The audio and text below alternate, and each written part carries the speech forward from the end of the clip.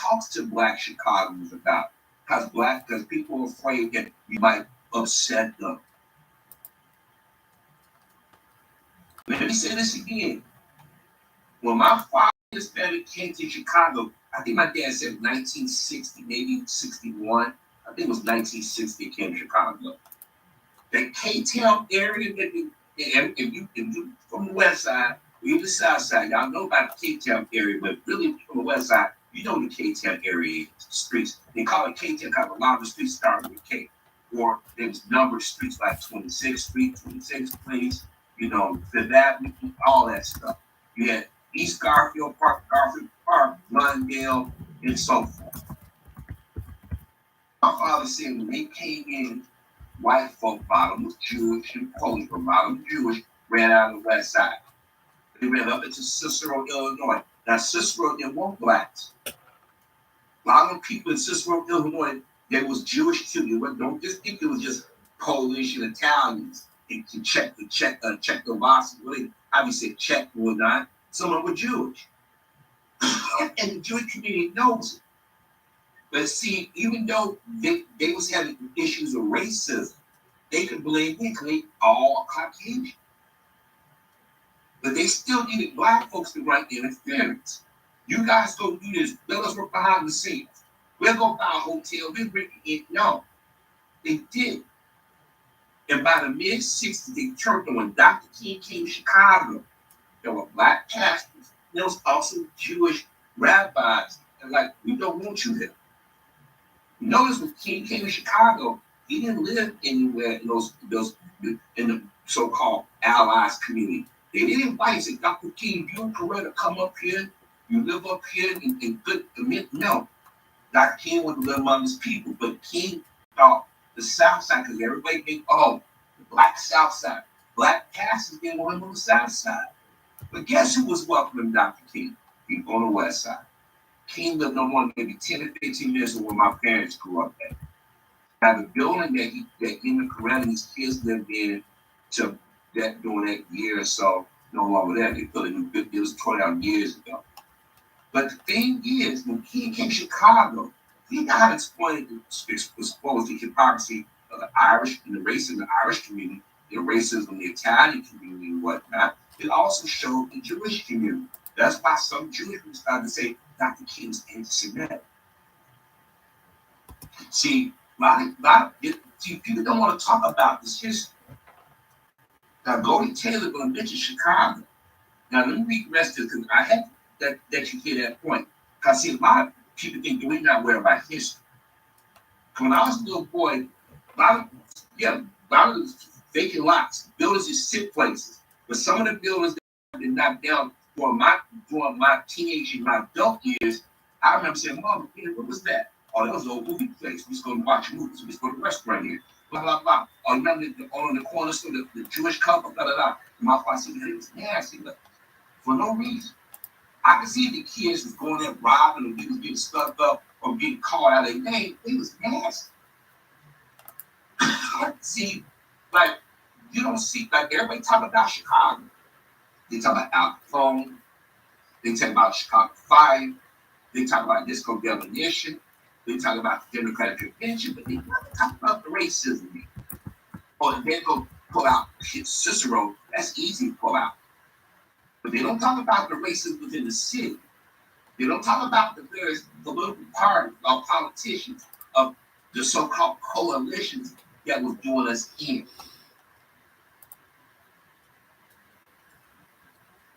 Through the years, he was so drunk, he so often that a judge in Georgia didn't turn over the license plates to his truck.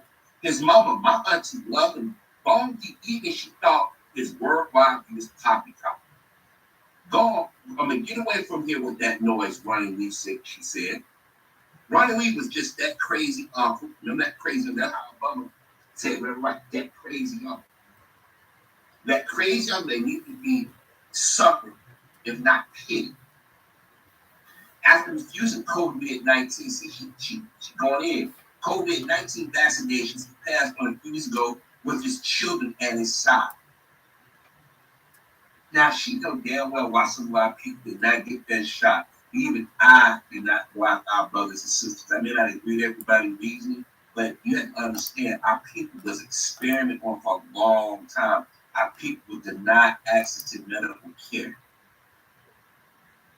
See, Golden Taylor, she's one of those educated Negroes that she went after her uncle to see some of his kids. She's been about COVID. She's been about him talking about certain things and about certain people in our community. See, this is why I say a lot of our issues, and the reason why we can't get ahead is our own people. This is why because you said slavery is a choice. You basically some of our people want to stay slave. And y'all got mad at the same, like I said, it was some of y'all here because y'all were too emotional. Anyways, he passed on his years ago with his children aside, but the deeply rooted anti-Semitism harbored throughout his gut-like lives on. In recent days, as the Brooklyn Nets suspended him in Nike severed ties with NBA star Kyrie Irving, I wonder if I might need to go out the brand new pairs of high tops that I bought for my granddaughter. I couldn't shake how the Australian born, know what she's trying to say, he really black folk, and he's from Australia. Australian born first overall draft pick, proselytized and closely resembles running leads. Then there is Kanye West, a self-professed street picking genius. The artist now knows he compared himself to the financial shacking he is enduring to George Floyd Emmett Till. After apologizing for triple Floyd death for fentanyl, West said that he knew what it was like to have somebody put on his neck an Instagram post he called his widespread combination and fall from grace a digital lynching, and liking it to bankrupt against social credit score. The chart-topper rapper, producer, fashion designer, and now former billionaire is included a picture that grossly disfigured Till, a 14-year-old was lynched in 19 in his casket.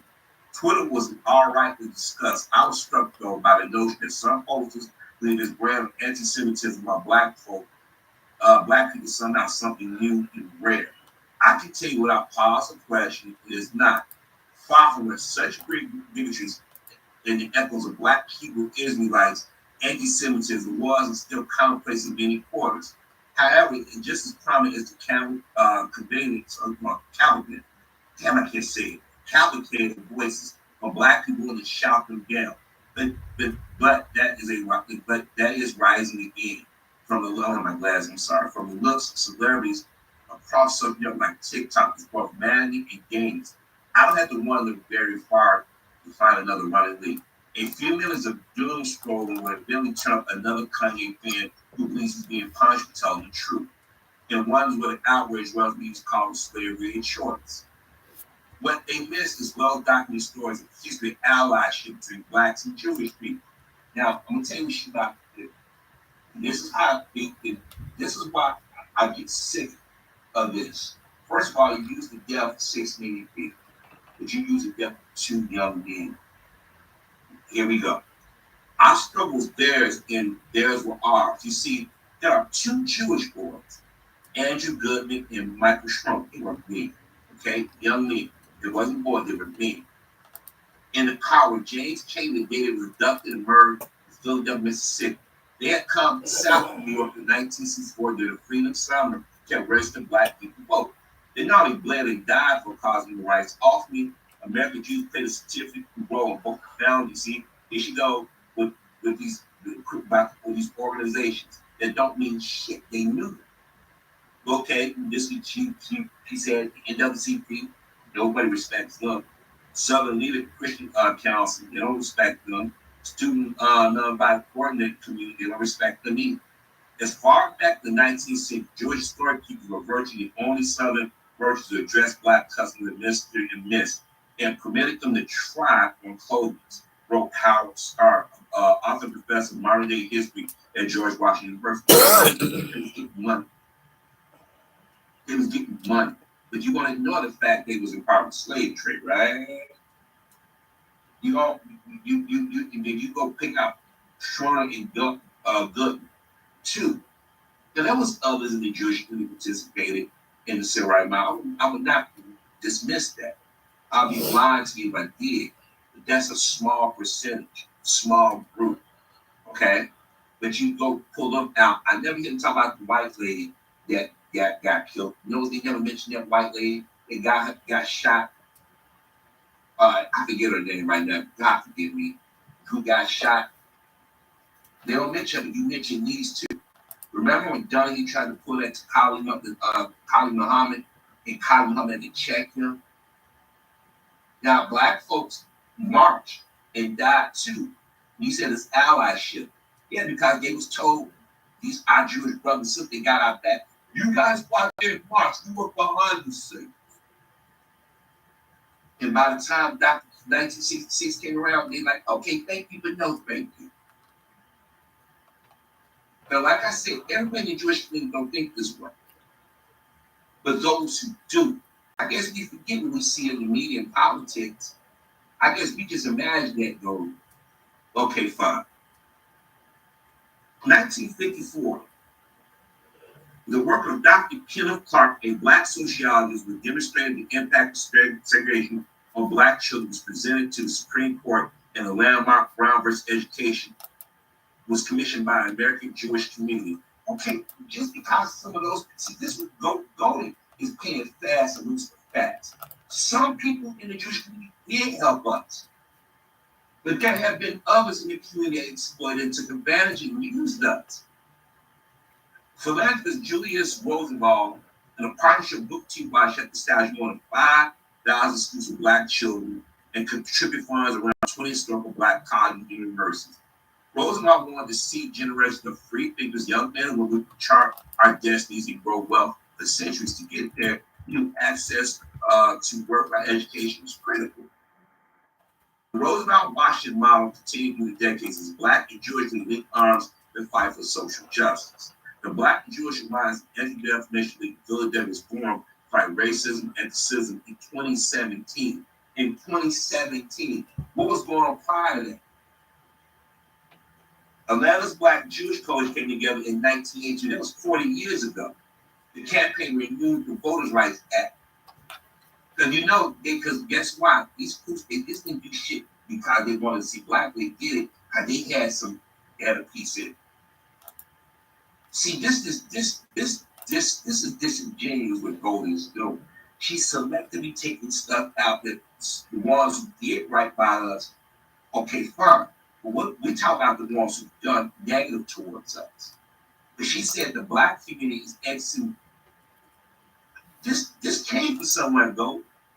This frustration with the Jewish community came from somewhere.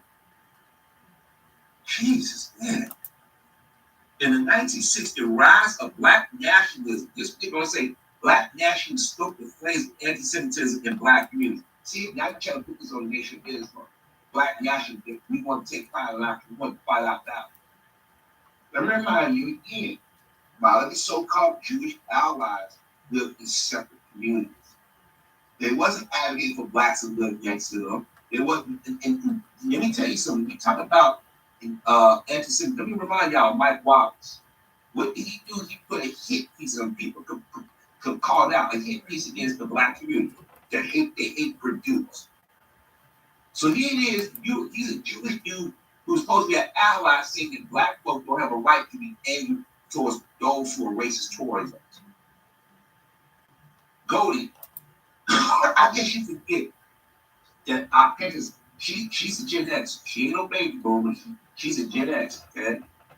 I guess you forget that our mothers and fathers could go to certain schools. That's not just in the South, it was up north.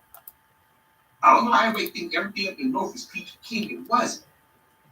Let me remind y'all, a lot of them business owners and those politicians did not live among us. They separated themselves, but they kept telling black folk, no, you want too much, we'll work on it, we get on it. While they was making deals and controlling things for themselves. Hollywood, why did you get them studio heads, them directors? They put out a lot of propaganda. Even in the world of comic books, I've talked about this. A lot of them writers and artists back in the 30s and 40s and 50s, even into the 60s, who were Jewish, played into a lot of negative stereotypes about us. Some Bugs Bunny cartoons, those Walt Disney cartoons, that they don't want to, they would not put it on unless it's disclaimer. Go back and watch it. Go back and look how he looked at us.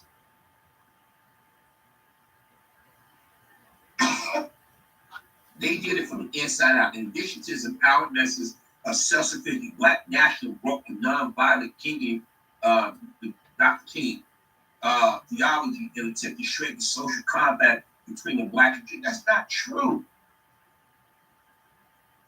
For the separatists, their own influence will partially depend on their ability to shut relationships, to put Jewish people out of black spaces and reject those organizations. That's not true. See, she trying to get back from TV. If you know, they put her article on Yahoo. And the other time, they wouldn't talk about Golden Taylor. Golden Taylor did not exist. This is the same woman that took money for a documentary that was never produced. Excuse me. History was never running these strong suits, but guess what? During that time frame, most of our brothers and sisters didn't get a proper education. Goldie. And I'm certain that he never heard of Rosenwald and went no Huey Newton, the story of Carmichael, the rose from the dead and danced and it came true. Wow, she really nasty. She assumed that he didn't know anything. And arguably Clay and Kyrie suffer from the same dilemmas. There are many ways clean to bastardize theology granted as a minister Farragut, which presumably randomly picked up while serving out a sentence from armed robbery in Illinois State Penitentiary of his early settings. Farragut housed the most prominent black anti-Semite. This bitch is treacherous. I told y'all what she did to Bill Cosby. She said he's the most prominent black anti-Semite. You know where that came from. Now let me remind y'all, Farragut been accused of anti-Semitism. Jesse Jackson, Al Sharp, Winfrey, Michael Jackson. Who else? Sidney Poitier. Yeah, they accused him of it. They accused Harry Belafonte of anti-Semitism. They accused a lot of well-known prominent black folk that today they will hold up in honor of that. Farragut went down a whole run. and the thing that they accused Farragut of is because, let me take y'all back to 1984 when Reverend Jackson was running for president. The other groups of races, they did their part. A lot of the Jewish community when they got involved in it. So when Jesse Jackson did an interview with I think Milton Coleman, I believe, from Washington Post, whatever the paper was, Jesse thought he was talking to brother off the record. Brother ran back to his Jewish enemies and said, hey, and said, hey, Reverend Jackson called the Jewish community hiding town, which was wrong. Because hiding was a slur, was another slur, like kiting, all these other slurs that nobody uses it of a certain age. Not a certain age. We never heard these words.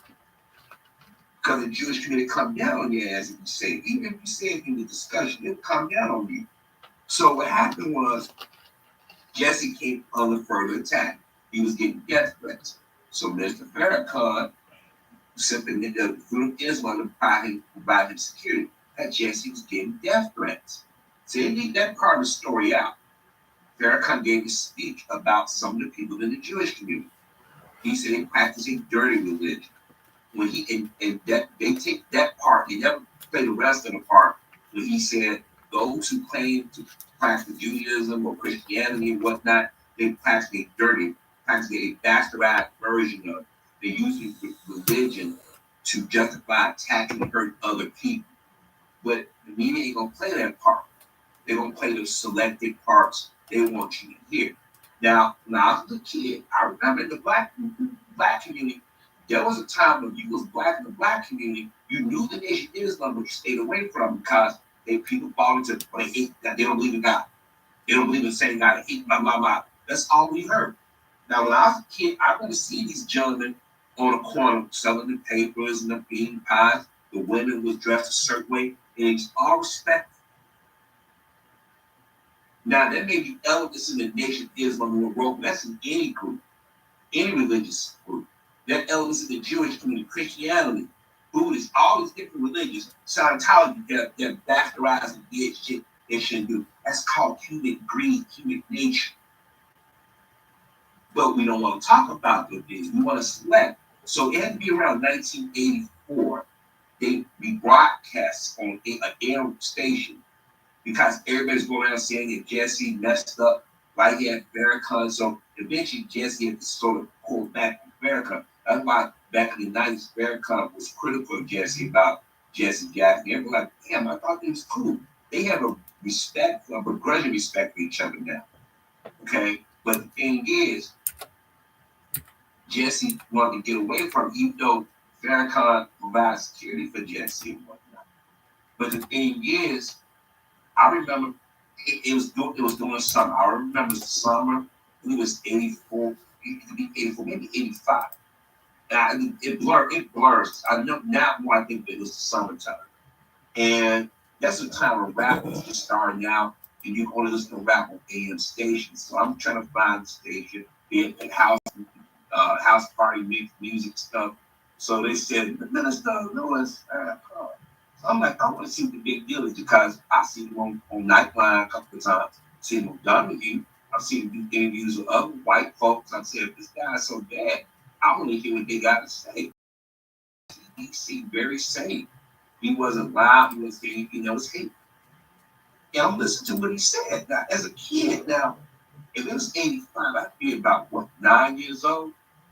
So, I mean, I'm very remember what he said was hate. But then he turned on the news. He said all this. He done all this. I'm like, and then one day my father was watching. My mother and father was watching him on Nightline with Ted Kopp. And my father said, but God is saying he's Jewish. Well, he just explained why he has criticism and why he didn't say what he said. And he challenged them. He challenged people in the meeting. He been challenging people before he gets to play what he said exactly. But they won't do it. Because a lot of Americans and Black Americans like Golden Taylor will look like fools and they fall into a media narrative. That been even other Jewish writers and scholars have said that they've taken stuff out of Mr. Farrakhan's out of context. Remember, they did the same thing with Dr. King when he was alive. Now they had anything. Everybody loved Dr. King. They hated Dr. King. Matter of fact, people were celebrating Dr. King. Yeah, they won't play those clips. Anyways, Farrakhan was the most prominent Black anti-Semite in the modern era, according to the ADL. She said, according to the ADL, frequently denies that Jews have legitimate claim to religion in the land of Israel, claiming that Judaism is not more than a substantive and theological error brought about just further control of the American economy, foreign and domestic policy, yada, yada, yada.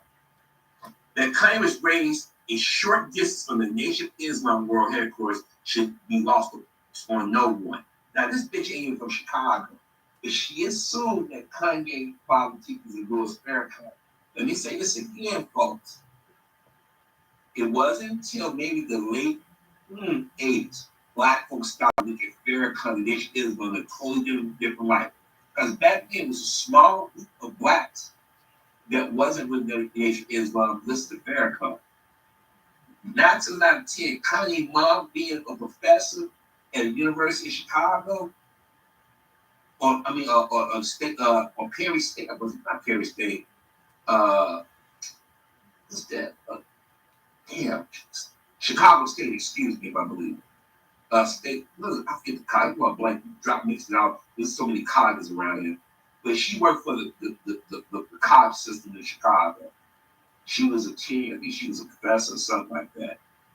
You don't think they would get a background check? You don't think the FBI would have known if you get that type of position? Because they was watching anybody that was associated with the Nation of Islam. Trust me, Kanye wasn't going to the Nation of Islam stuff back in the day. He was just like me and many other Black kids was told to stay away from the Nation of Islam because the media painted this narrative.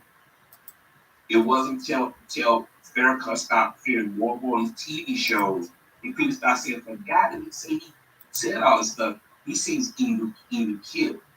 If you guys even watch the clips don't gun at you and such, y'all slated him. The audience was rude to him. He was trying to explain the stuff that why we are in the tradition we are now. But in order to be dismissive, he's being anti-Jew. Now, go to take that's what I get tired of people who are now from Chicago talking about they know Chicago. And let me say this again: Blacks were not just on the South Side. I've said this before countless times. Just like I told y'all about Oprah and Michael Jordan, how blacks felt about them. Everybody like, nah, y'all you talking about Mike. We know. Like when they talk about Jesse Jackson, we know what they did here. See, y'all let the national media others to dictate to how you view them and see these people. But like I said, a lot of y'all there's a lot of this information. A lot of this information. Now, let me finish reading this. I'm sorry. Nation Islam was formed in Detroit before relocating Chicago and took hold throughout the Midwest before spreading to places like Oakland, New York, and Baltimore. And young Kanye grew up on Chicago's South Side, a 15-minute drive down South Shore Drive from NOI leader Elijah Muhammad's house would have had a front row seat. 5 hours away, downstate East St. Louis, black secretaries reached our dinner tables too. I don't care about white devils and stolen land. Holy land don't belong to white Arab or white Jew. You are settlers on our land, Farrakhan said in a 27 interview. It was a Chicago radio station. We are the original owners of that part of Earth, and you kicked us out and assumed our positions. But now God is coming. We're coming to reclaim what belongs to us. However, one need not live in the Midwest to be affected by poison and violence. Those teachers have been swirled in our streets across the country by word of mouth for 50-odd years and counting. Irving, who is unsurprisingly also a flat earther, tweeted a link last Thursday to a film he wrote to Negroes, Wake Up Black America, which accused Jews of Satan worship and plot moral domination for what West called him irreal. Ironically, our own ancestors, running these in mind, happen to also be of Jewish descent. See, look, here she go. Wait a minute. This is what now all of a sudden, I'm a Jew. They don't recognize you. Mary Hefner, his father, Albert Josie, maternal grandmother, was Jewish woman from Henry Sino, Arkansas.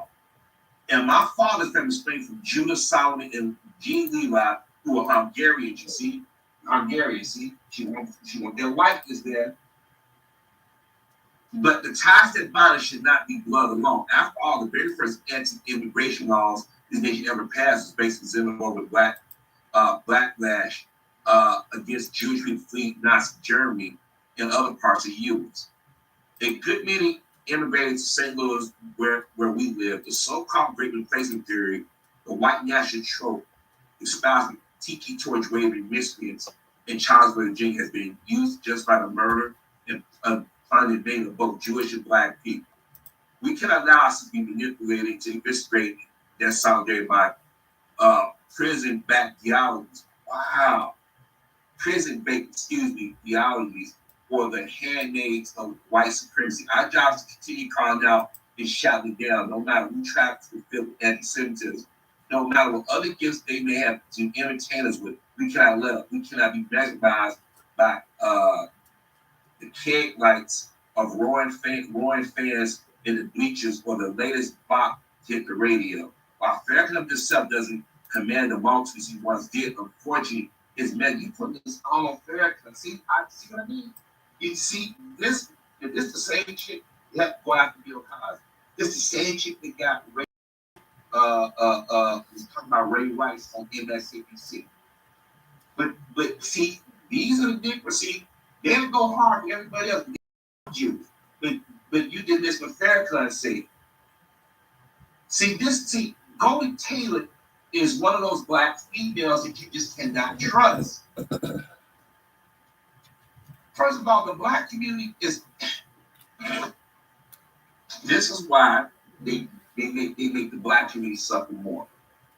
It is when white folk get caught being Jew, being anti-Semitic, they don't make them jump through hoops or pay money or gotta take a course in education. See, Goldie want to be on TV so bad, she's willing. Now she like Tiffany Cross, ain't learned less. You like Melissa Pierce, ain't learned less. Check this out. While Farrakhan doesn't command the multitudes, the unfortunate message surely does. What makes Kanye and Kyrie so dangerous and malignant that there are thousands of young black boys. See, she's anti-black now. She said young black boys who will see them, their success and believe them. We cannot allow this to fester another 50 years. We cannot, oh my God. Wow. No wonder she's trying to push a book. Wow. I told y'all about this chick years ago. She said that Kyrie and Kanye, Farrakhan, and black men and black boys, we so stupid that our presence. I told y'all about my experience. So what you're telling me, Goldie, that what I experienced with other black men and women and children experience is all made up. We just get to blame somebody. Explain to me, if they was our friends, why don't they stand with us? We talk about reparations. Bernie Sanders, everybody was saying he was out there, he got arrested in Chicago in 1961, 1962. But one of the first things black folks said, so I remember he said, I don't believe in reparations. But they were allies. You don't hear nobody from the Defamation League. You don't hear nobody from these universities saying, hey, blacks are owed this. But yet, our tax dollars go to the Brazilians, our tax dollars go to Israel, but yet, you don't get none of them stand with this correlate because they have found some organization years ago, don't absolve them of the crap that some of them did and continue to do. Howard Stern has made a living off being crass, but he's nasty and says a lot of racist things about black folk. Stephen Miller, who's with the Trump administration, who's Jewish, has very racist policies. Explain to me some of these Jewish lawyers, doctors, and teachers, and business owners who have said things about our people. She goes out and pulls Farrakhan out because nobody's going to go investigate. You say, well, everybody say he's an anti-Semite. Do I really think Farrakhan said no? But I know I heard that speech. Remember when Fox Soul was going to play Farrakhan and Jake Tapper got in 6? I'm like, why? You don't tell y'all not to play. Benjamin Netanyahu was obviously anti-black. There are anti-black policies in Israel. There are blacks who being abused and being sterilized over there. Nobody says anything. But when we supposed to say, oh, she said Kanye grew up on the South Side. He grew up not that far from Islam. So he must have a front row seat. You don't know about Black Chicago. Like I said, a lot of black folk was very, very churchy back in the day. Kanye is a Gen X. 9 times out of 10, if you wasn't a member of the Nation of Islam, you didn't go there like that. It wasn't until the 1980s when Public Enemy and Fight the Power, and we start watching episodes of Donahue and start seeing these things happen in New York, another place that black folks are saying, you know what, maybe Nation of Islam is going to play off after all. But she called herself a reporter. She won't do a due diligence report. And Mr. Farrakhan spoke about this. See, even though a lot of us thought he has issues with Tamika Mallory, she didn't throw Farrakhan on the bus like this. Godfrey, even though he plays both sides, when Vlad got caught lying on Farrakhan, he's him and Lord Jamar, I name, they called him out on his bullshit. When Arsenio Hall brought him on, you had Cisco and Eva both died slow, painful deaths of cancer. Whoopi Goldberg, a black woman, take a name, Goldberg, but okay. Criticized Arsenio, never criticized Donahue, never criticized Ted Koppel, anybody else. How dare you as a black man think for yourself? Goldie Taylor, she bashes black men. She used her uncle. Instead of saying she got issue with it, she used her uncle. She went after black nationalists, meaning Stokely Carmichael, the Black Panther Party. She went after the Nation of Islam, and she didn't mention Malcolm. Why? Because she know better. So don't vilify the dead, because Malcolm was called anti-Semite, one of the big anti-Semites too. She didn't mention, she made sure and then she used Farrakhan because she know nobody gonna do no research. Then she mentioned the Hebrew Israelites, the black Hebrew Israelites. Wow.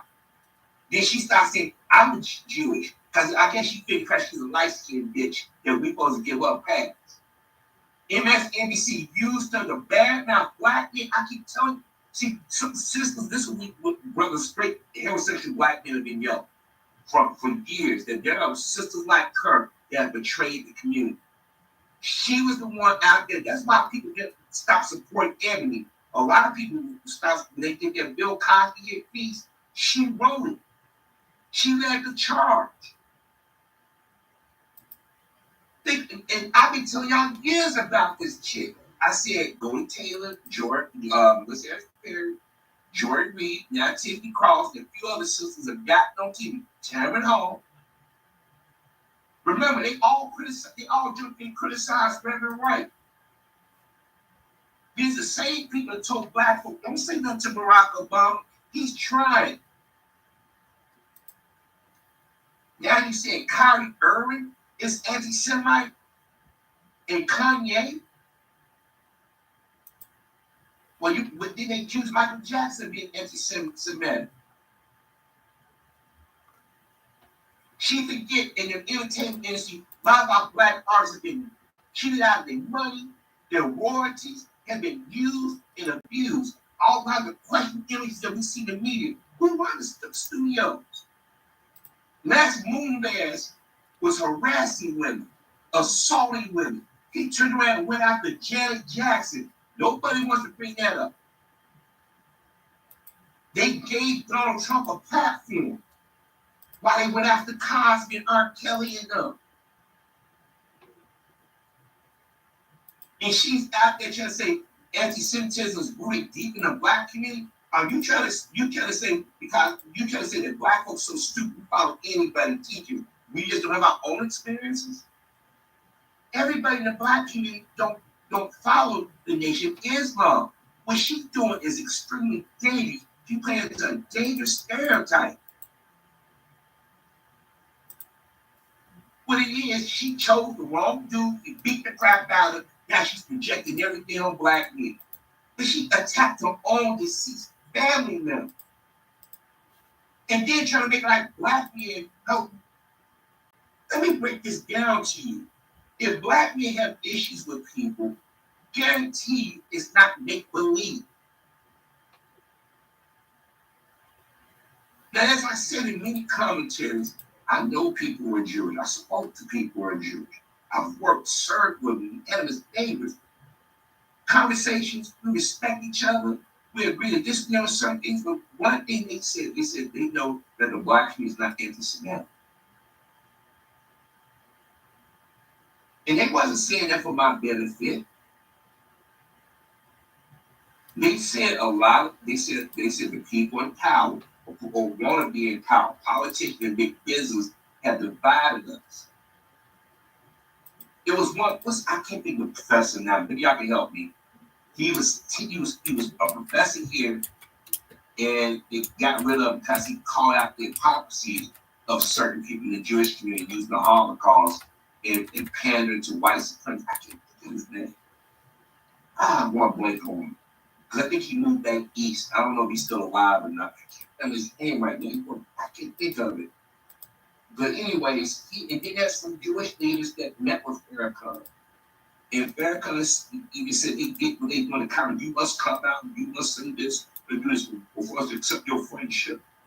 And Farrakhan said, wait a minute, I'll invite you to my house. We have a conversation.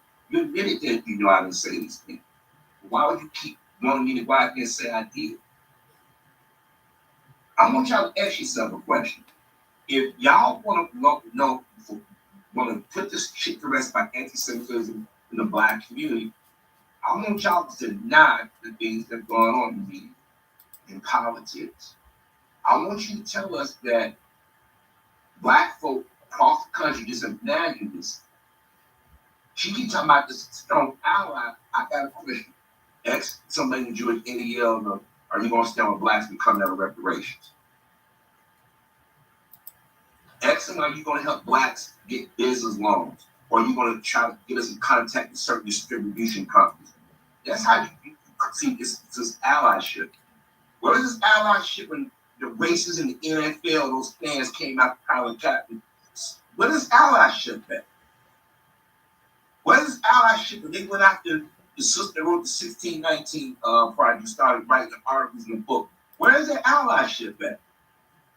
See, Goldie Taylor, the chief thing, I want to get back on TV so bad. I want to be invited on the panel. I got something to say. She is dangerous. See, we criticize Shaquille and Shannon and Reggie Miller and James Brown, not Godfather, NFL James Brown, Kareem Abdul-Jabbar. There's a group of black folks that want to be accepted and pander to certain groups of people. And we ain't learned our lesson. This is why it's going to be a setting of black America that's so screwed up. That's why we're so divided as schizophrenic, because we got people like this who are out there playing these tropes. That's why the Jewish community make it like the black community is more anti-Semitic. We got people like Goldie Taylor out there doing this. This is dangerous what she's doing. But she threw her own family, and you notice these rich black folks, they always throw their family under the bus. It's usually black men. Now, I've said this, there's a pattern. All hard making it up. You're going to get somebody on troll or pretend to be black. Now, sometimes they pretend like they're black men. I didn't call them to that. But they're going to go somebody and say, you're Italian, but she's a black woman. No. I'm disappointed that a black woman is putting out this bullshit. It's bad enough Obama did it, and we let him slide with it.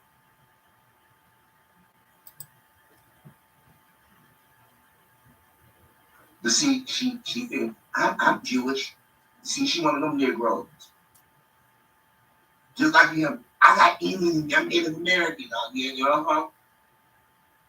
Everybody comes on us with one particular group have made it a way that they do it. You got to jump the hoops. You must admit that you're wrong.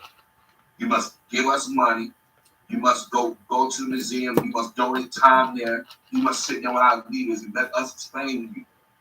See, don't do what LeBron did. Sit there and hold his hand. Rabbi Shmuel, the one who claimed influence on Michael Jackson, he stood next to Steve Bannon. He's defended a white national like Steve Bannon. But Goldie will tell you that we all friends. Just like you see a lot of black women pushing that Latino coalition, that gay coalition, that Asian coalition, that coalition of white women, and look what happened. See, this goes, see, I told y'all, this had a historic president. Go back to the 1960s when our so-called allies said, oh, we don't need you no more. And black women who Goldie Taylor mindset left the civil rights movement. These same sisters say, I'm strong and independent. And they go choose the wrong dude. They knock him up and beat him aside the head. Now, all black men are responsible. She sat on MSNBC for a number of years and CNN and badmouth black men. And when they got close to the election, bye, bitch. That's what they did to Miss Harris Fair. Bye, bitch. Look what they doing here with Timothy Cross yesterday on Friday. Bye, bitch. Y'all would be used to idiots. And then when y'all come under attack, and y'all want us to stand with you. And when we see racism, we want to defend y'all. Look like, why we defending people that threw us under the bus? Or went out and played into these other groups. See, we got people that are so scared that they ain't going to get invited to the parties. So you want to get invited to the White House Sports Fund to get it. They want to say, I'm on the board. You already know you're a pet. They put you out called diversity. When black folks are talking about the crime and stuff that happens in our community, people drop drugs, alcohol, there's a long line of people got fed off our pain. When African Americans got that target. But she said that black boys are more something. You just basically that black boys are so stupid. You didn't go after, you dismissed that 30 years that these people, all these corporations have put that poison to our community with all these graphic images and sexual innuendo, not even innuendo, just came out and talked about things in the most negative, but we the ones who anti-Semitic, we the ones that anti-Asian, we the ones that anti-gay, we the ones that anti-women. Wow.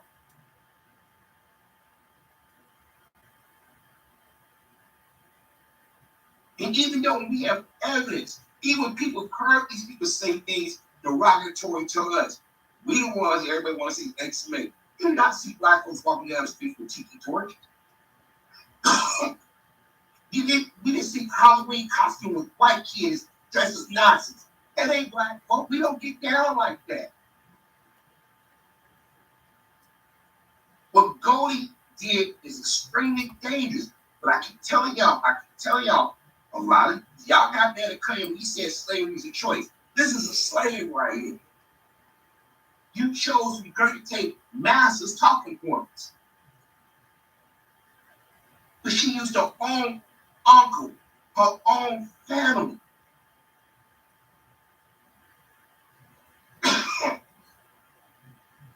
I remember there was a bunch of videos on YouTube where Jewish folk would come out and say those derogatory things about us. Now maybe they still might be out here. I just don't go searching for that shit anymore. But explain to me Stephen Miller, excuse me. Howard Kirk said at CNN, now at Fox, he makes inappropriate comments about us. Leah Dunham and Amy Schumer, Roseanne, all these people who claim to be book victims, they say things that I experience.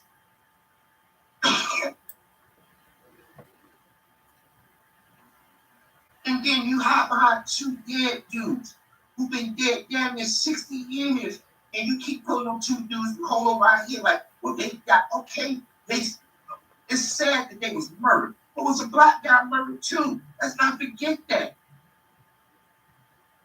But what she's doing is what Donahue and them did. Sherman and Goodman. Y'all barely mentioned that the Viola Luzon, whatever her name is. Y'all barely mentioned that white woman or some of the other whites that died. But y'all want they pull that out. You guys, two versus the millions and millions and millions and millions and millions of blacks that are suffered to white supremacy. And then you have Jewish men, women, children that join in there. And I'm not saying all. How do they get away with being criticized? Everybody want to call us the worst of the worst. We get in one time community, when something happened, we got a coalition. This is why I said we need to be choosy who we stand next to, who we support. I'm disappointed that there's so many straight black men, but not these dudes ain't straight. They didn't put on dresses and shit at some point. They didn't masturbate so I shouldn't be surprised. But this bitch, yeah, I'm gonna go. I'm gonna call her name because she has sat back and disrespected black men for years, and she's doing it now by saying that somehow black men. See, this goes to something I'm saying. Black women, some sisters see the world very different than black men.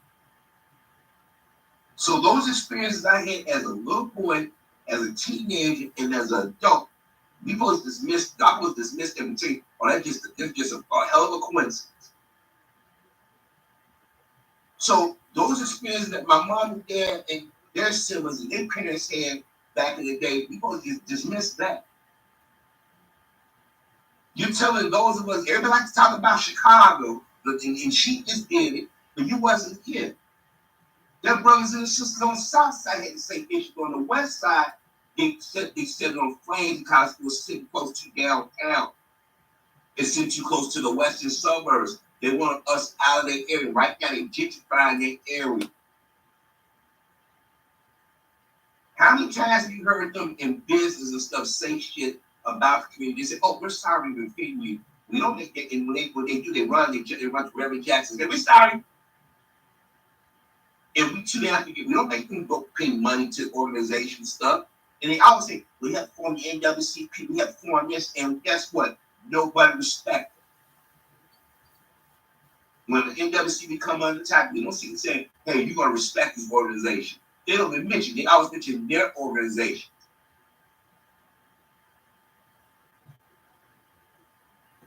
What she just did, and others did, what they do, that's extremely dangerous. And you giving people opportunity to keep attacking us. This is why so many of our celebrities And politicians are, Kanye and Kyrie, what they said was wrong. They anti-Semitic. And you can be anti-black all day, every day. You can make money off our people paying, our people miseducation. You think because you don't have a degree, that means you dumb to the world. See what it is? This chick is bitter against a man. She fell in love with a no good ass dude, so she said. Remember, this is a chick that's supposed to be adopted and cheating people out of their money. Let me remind y'all of that. This chick settled with Chris Matthews, and Ray Rice represent a lot of black men in the community, beat on their women. They don't respect their women. Chicks like her poison the well, so you get young girls or teenage girls believing they're living in it.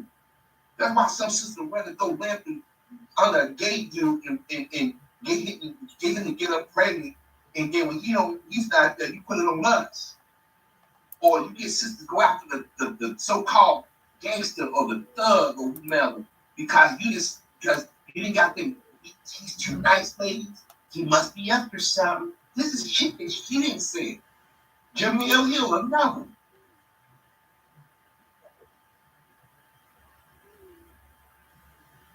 Where is she at right now? Was calling everybody else racism. What Kanye said about George Floyd. Now, y'all, I hate to admit this, but George Floyd had a record. He was a druggie. Now, whether he had in a suit or not, he was murdered by that cop. Now, Kanye was off on that one. I can't rationalize defend that. But Kanye West is bipolar. He has a mental issue. Kyrie Irving just said he gave an interview. I don't know how he say, I'm not anti-Semite. He said, I did not. That was not my intention to offend. He apologized. But you know what? When they make it exciting, they don't stop. Harvey Levin went over and did a poll. Is it cool to say nigger with the ERA? Remember he did that poll? Remember he the one that led the charge on Chris Brown? When Justin Bieber got caught making nigger jokes, he had to be said, I didn't want to destroy his career. We are so sensitive that everybody else needs. We throw ourselves under the bus. And then wonder why our community is so damn schizophrenic. Now, y'all like what I'm going on the brothers like this. We gotta start calling out black people like Golden Taylor and them. They just a sneak. I'm part of the church. I'm descended. Wait a minute. Now all of a sudden, I see you one of those black folks to go around. These my got the straight, I got the Indian woman. That's what she was sounding like. Then she went on a rant by Farrakhan on the black South on South. You don't be even from here. And that's another thing. If you're not from here, shut the fuck up. You can talk about somebody with not saying, okay, like I'm not from New York. And I said before, I can't speak to how New York is set up. I leave that to people who actually live there. I can talk about some things about some of the politicians and celebrities and the corporations, but talking about somebody lives down the street, you don't know. Like I said, ain't no way hell Kanye was sitting over there watching Farrakhan. If he was, I'm shocked. But his mom was at Chicago. Yeah, Chicago State. That's Chicago State. Ain't no way in hell. Because they would have found it out. They would have never hired her. A lot of blacks in Chicago, even today, they do this. I ain't learned this. I'm not never these men. I'm waiting for Farrakhan. Nobody looking. We could have not. Barack Obama did that same shit. He went over there and went up all under Farrakhan to get the support. And once he got it, what's Farrakhan? He's anti-Semite.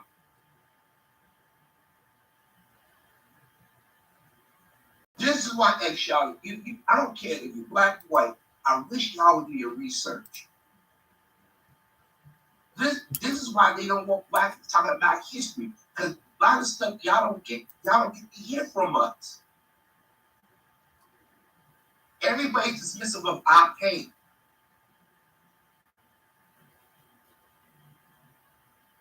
to be honest, I shouldn't be shocked. This will go and Taylor does. She got a thing against black men. I'm telling you. Every time she talks about, again, every now and then there's talks about did this to us. Yeah, because you want to pretend like you down, but when you get them like this, they'll tell them she told on herself. She threw her uncle, deceased uncle, and his kids under the bus. Then threw black men under the bus. Then you sit there and say, because of black national, bitch, this bitch.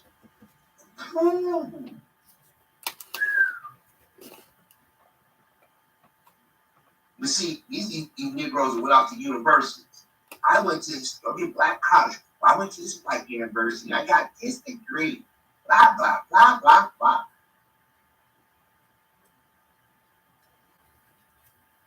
She just said that the black community, black men in particular, were anti-Semitic. You just dismissed all our history, all our experiences. Do you think the biggest anti-Semite? Do you make it like you can't think by yourself? You make it seem like Farrakhan got an idea. You can't. I guess you dismiss the fact that we all have experiences. I'm from Chicago. I know how people get down. In all my commentaries, I point. I say, you gotta believe me. Just wait and see. You'll see what I'm talking about. Like I said, this allyship that they said we had years ago, because they had found that was they used us as the front men. Y'all go out there and march. Yeah, a couple of people put themselves out there and unfortunately lost their lives. But that's a trope that people use that I hate. Don't use those two dead men to make a point. That's cheapening their deaths. Even their family has said don't do that. Oh, you have two versus the millions and millions of blacks. So you're going to tell me, you're going to say black nationalism. Where black nationalism? That's about us taking pride in our community, black economics. Everybody else can do that, but we're not supposed to. But yet, when these people get in trouble, y'all going like with Tammy Hall, y'all want to defend her, but y'all forget what she said. Jamil Hill, me and brothers were lucky to defend her. Then the next day, she's black hair, just like white people. And y'all wonder why some black men look at outside because women like this make poor choices. Not all of us gotta follow that. And then go push a narrative that's not true.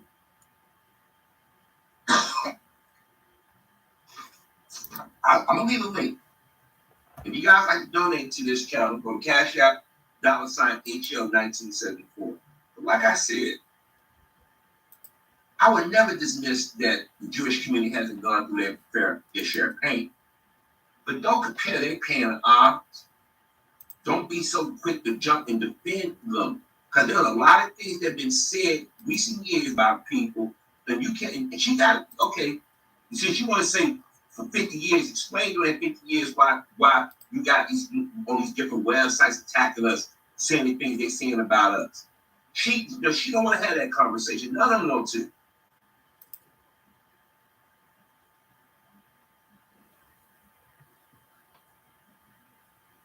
They're trying hard to get back on TV. She want to write a book. She got a book coming. That's what she's trying to push.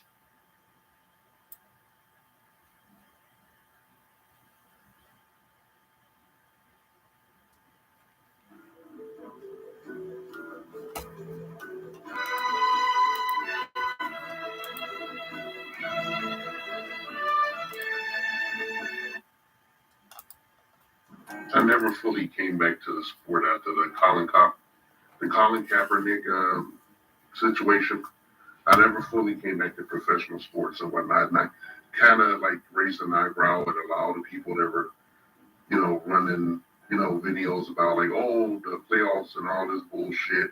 When we knew it was just a shit show. We knew it was a plantation. We knew what it was at this point. There was no denying it. But everybody got to watch their fucking sports and shit.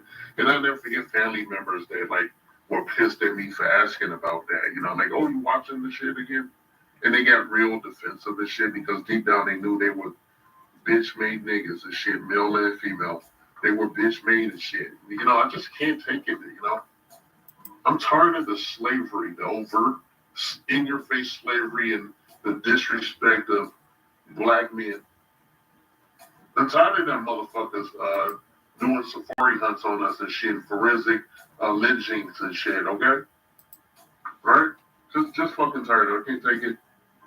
And I don't know what you people out there listening are feeling about this and shit, but I don't never see myself like really fucking with professional sports like that. You know, at least not the established ones that we see on TV that makes billions of dollars and shit off of these black men and shit. And none of these niggas know how to stand up for each other and shit. They don't come out and say like, well, you know, if you do a certain thing, we ain't playing and shit. Okay, how about that? We ain't playing. Call our mothers sons of bitches and shit. You know, and they ain't smart enough to just recreate a Negro League or something. I don't know what the answer is and shit. I just know that I'm tired. I'm disgusted. Especially lately and shit after the Malika Andrews bullshit with Stephen A. Smith. And she never got censored. They didn't make her apologize for shit. She keeps attacking black men. And motherfuckers just like they graze it, but they never really go in. They don't treat her like that psychiatrist that was yelling at black men a couple of months ago, and black men slapped her down. There wasn't no fucking black women and shit, okay? It was a shitload of black men slapped the shit out of her, and she ended up losing her job. Right? Why can't we do that on a bigger level and shit? You got that Jameli Hill bitch calling us Dusties, using Cynthia G language. I calls Musty and Dusty and shit when she looked like that fucking witch from Dark Crystal and shit. A stinking ass. Nobody's checking for her ugly fucking ass. Okay, a ugly motherfucking ass. Now, you know, I didn't make no response video of that shit. Maybe I will in the future. I just don't have the time right now. I got a full plate and shit. But I want to tell you guys that I can't fuck with professional sports like that and shit. I used to love basketball. All right, I'm an old head, man. I love basketball. I remember Dr. J playing this shit, man. Okay? I'm in my fucking 50s, man. I remember the greats playing. I remember before they had all these pussy-ass rules, niggas used to knuckle up out there on the court and shit, and then put some tissue in their nose and keep on playing. Okay? I remember the original Detroit Piston bad boys and shit, throwing Doug Collins' ass over the motherfucking table. You know, a bunch of shit. I remember the greatest bench warmer of all time. His name was Granville Waiters. He was on the Chicago Bulls and shit for a number of years in the 80s. He got fined $1,000 for standing up during that same brawl. And then later, when asked about it, he said he was grateful that he had gotten fined, I don't know, $1,000 or some shit. He said he never knew nobody saw him there. But like today in late 2022 and shit, you know, they want you to know that black people are slaves. You know, a certain ethnic community is like intent on enforcing negative stereotypes and shit, you know, and book breaking us and shit, and economic lynching and shit, and, you know, just overt bullshit. And I think somebody needs to have some balls and just say walk away. You know, what'd be nice is all the NBA players say, hey, we ain't playing. How about that? We ain't playing until the motherfucker comes back. Like scot-free. All he did was, you know, send out a link and shit. All you do is share a link to a documentary on Amazon. They're not asking Jeff Bezos for shit. Okay, they're not mentioning his fucking, they're not asking him. They're not going after the guy that made the fucking documentary. They're just mad that this guy did this shit. And then, like the little message he wrote. And the guy capitulated and shit, but he didn't do what they wanted him to do. He didn't scream that his name was Toby and shit. They made Jalen Rose apologize for asking for the name of the woman who had consensual sex and broke the rules just like Umeo Doka and shit. He simply asked for her name. They drug Umeo Doka through the mud, made him wear scarlet leather, okay? Made him treat him like a woman in the back in the day in the fucking Pilgrims or some shit, the Quakers, you know, they used to make women who cheated on their husbands and, you know, went outside the marriage. They used to make them wear scarlet leather, like an A, stitched into their clothing. And that's what they did to Umeo Doka and shit. You know, all this bullshit. And he got suspended for the rest of the season. He might go replace Steve Nash, and I don't give a fuck. I don't give a fuck. I think he should be pursuing legal action. I think Kyrie Irving should be pursuing legal action. And I think I think all the players should refuse to interact, with Malika Andrews and shit until she apologizes. Until they break her ass and make her apologize and shit. Any nigga I see sitting up talking about with a great smile on his face is a goddamn Porsche monkey going forward. Alright? That's the way it goes. And the NBA has no shortage of just beta males, okay? Beta male simps. Like the worst of the worst of shit. Okay, these guys are the worst of the worst. They are not black and shit, okay? I want to reclaim their blackness and we're repossessing it. Like if they can do an economic lynching, I can do an ethnic, reclassification and shit. I'm gonna say they're the same shit as Tiger Woods when he was asked if he was black, and that nigga made up some shit. He called himself a Camdelasian. A Camdelasian. I think they probably put that in the dictionary by now just to cover that motherfucker. Because they want to claim him. They don't want to now because he got some pussy too, and they drug his ass through the mud. That was some private shit. I remember having an argument with a white motherfucker at work, and he said that Tiger Woods was a disgrace because he cheated on his wife. I said, what business is his personal life of yours? Yeah, but for the kids and shit. I said, okay, what do? You used to be on drugs and shit. He got mad, I brought that up. I said, you're a disgrace. Okay? Today, a certain ethnic group, I say, hey, if I can have freedom of movement and shit on my off time, I'm doing a job basically, okay? The athlete is doing a job. He's out there playing and shit. Okay, he's doing his job. They're bringing in money, hand over fist, shitloads of money, okay? Hand over fist. They're getting paid off for the back of that black dude. He don't have no freedom to have freedom of movement, freedom of thought. It's just a job. They don't own his ass. What they're telling you right now by suspending him indefinitely is that they own him. He's their property and shit. And they want to castrate this motherfucker economically. Okay, they want to bend him. They want him to cry for the shit. Cry. They want him to cry. And I say, fuck that shit. I can't endorse that bullshit. I can't endorse that bullshit. I can't endorse none of that bullshit. So I don't know where that leaves me. But, if you guys want to be fucking lemons and shit, you want to just stay in the matrix, you want to stay there, take your fucking blue pill and kiss my ass. This message has been paid for by the Dusties. Yes, the niggas you love to hate.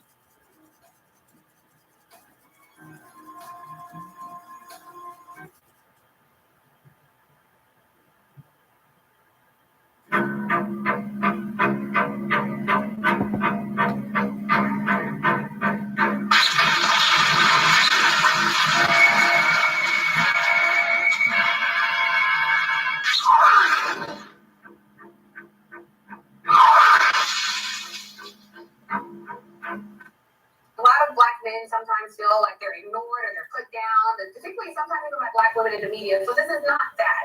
But I do hear Willow's point that felt ignored. But you feel ignored, and then you go over to the other side. The oppressed feel oppressed, so then you go and try to align with the oppressor.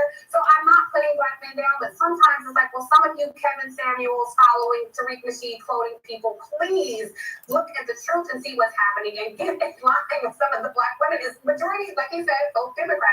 But that margin of people who could be plucked away from your people and go advance policies that harm your people, I just don't understand that.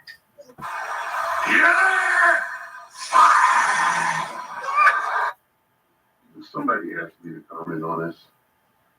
And shit, what can I say? I'm glad the bitch got fired. Am I happy about it? Yeah, I'm happy. I'm fucking happy as shit, but you know me being a grinder and all. I don't think we've gone far enough. We need to really start getting on these misandrous bumpers. We need to start all these man-hating women and shit, especially in our community, in our ethnic community. We need to start making them pay for every goddamn thing. Every shitty word insult that spills out of their mouth. Every time they try to course correct a man and shit, and, you know, son you and shit, you know. I think everything should come at a cost and shit. I'm glad this bitch got fired and whatnot. She was retarded. She was a bubblehead. She admitted on several occasions that no one liked her in the myriad number of places she worked. She said someone had even thrown objects at her at a job that she had in you know, the mainstream media. You know, like how shitty do you have to be for someone to throw shit at you? You know, literally throw objects at your ass while you're working a job. And she also admitted that she, a couple of times just to be, you know, in the white people world and shit, she had worked for free and shit in media and all that crap. I'm glad this bitch got fired. Okay? I don't give a fuck. I don't laugh and shit. You know, I can't make no laugh. You know, I can't do no phony laugh and shit. You know, every time you hear me chuckling or something on here, it's a completely, it's a natural reaction to the situation and shit. You know, and this bitch got fired. I'm glad. You know, I'm not even gonna check why they fucking fired her. I just chalk it up to karma. Yeah, I'm glad the bitch got fired. She told us to get in line and just blindly vote and shit for the jackass party and shit. I'm like, you can't be with any more of an agent than that. You better not come around the black community and shit. You stay over there, you better go suck some minority majority teens and shit there. You better start sucking hard. It's not hard for me, it's not a hop and skip and a jump, allegedly, for me to imagine her on the floor holding some white dude's leg and shit as he walked out after, you know, shit canning her. I don't give a fuck. There's a bunch of scenarios. I know that probably didn't happen, but I like to imagine that's how a little bit how it went. Like she's just begging and screaming and crying with snot coming out her nose and everything. Yeah, that's the image I like in my fucking head. You know, whether you know it actually happened or not, it didn't happen. Okay, but like I just wish it did. And I dislike her. She's an agent. She's a bubble-headed agent. I can't get as mad as her as I can get at Rolling Martin and shit. Also another agent and an unapologetic fool who leeches off our community and shit. You know, just the bare slice of shit is too much and shit. Like him and, you know, bitches like this Tiffany Cross here. They just get a little bit of a pinch off the black community and shit to get the bag from the mainstream, you know, the minority majority in the colonies over here. Yeah, I'm glad that bitch got fired. I don't know what more I can really say. Shit is like, what, laugh at her? You know? She told us to get in line. The total line. Then she had the nerve to drop Tariq Nasheed and Kevin Samuels' fucking name. Kevin Samuels is long gone now. You know, somebody should have told her that. They should have wrote that on her cue card and big ass spell tip marker letters that don't go there. And we're seeing a lot of karma come out. I call it the Kevin Samuels paradox, because ever since he passed away, a lot of these misandrous bitches been catching hell. They've been getting L's up and down. And I don't give a fuck. I don't care if somebody's quote unquote in the new black media and they was throwing shade at Kevin Samuels. They gonna catch some hell too. You know what I'm fucking talking about. Yeah, I'm glad this bitch got fired. Okay? Yeah, she told us to get in line and shit. Get in line and follow the company. Get in line behind the black women who done fucked everything up. Who done fucked our goddamn communities up and shit. Fucked up the nuclear family and shit. Done fucked it up. And then blamed it on us. You know, hung that shit around our neck like a millstone while expecting us to do everything in our power to save them, including, up to and including giving our very lives. And they got mad because we don't want to play the game anymore. We done walked away from the motherfucker and we sitting on that goddamn yoga mat, fucking meditating this shit, you know, or getting a passport and getting the fuck out. Yeah, Tiffany. I'm glad you got fired, bitch. Okay, you can get in line now, okay? You get that motherfucking unemployment line and shit. You know, I guess maybe you can start an OnlyFans page, huh? That's lucrative. This message has been paid for by the Dusties. Yes, the niggas you love to hate.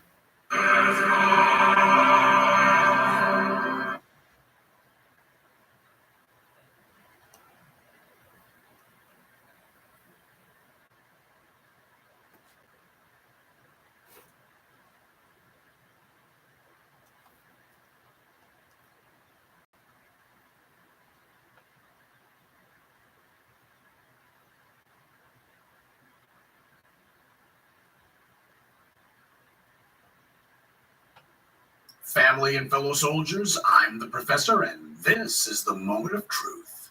I know there's some folks who don't listen so well, so I have to do the usual advisory that this is not about supporting anyone.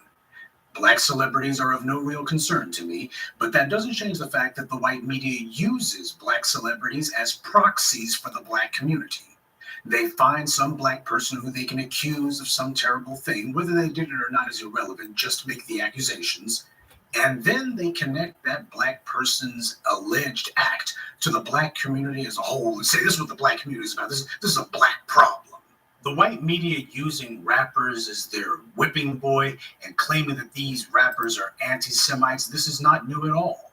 You can go back at least 30 years to Sister Souljah, exactly 30 years ago, when you had the Washington Post claiming that some of the most famous rappers won their audience with a combination of repellent obscenity, a whiff of anti-Semitism, and of course, a constant riff against whites.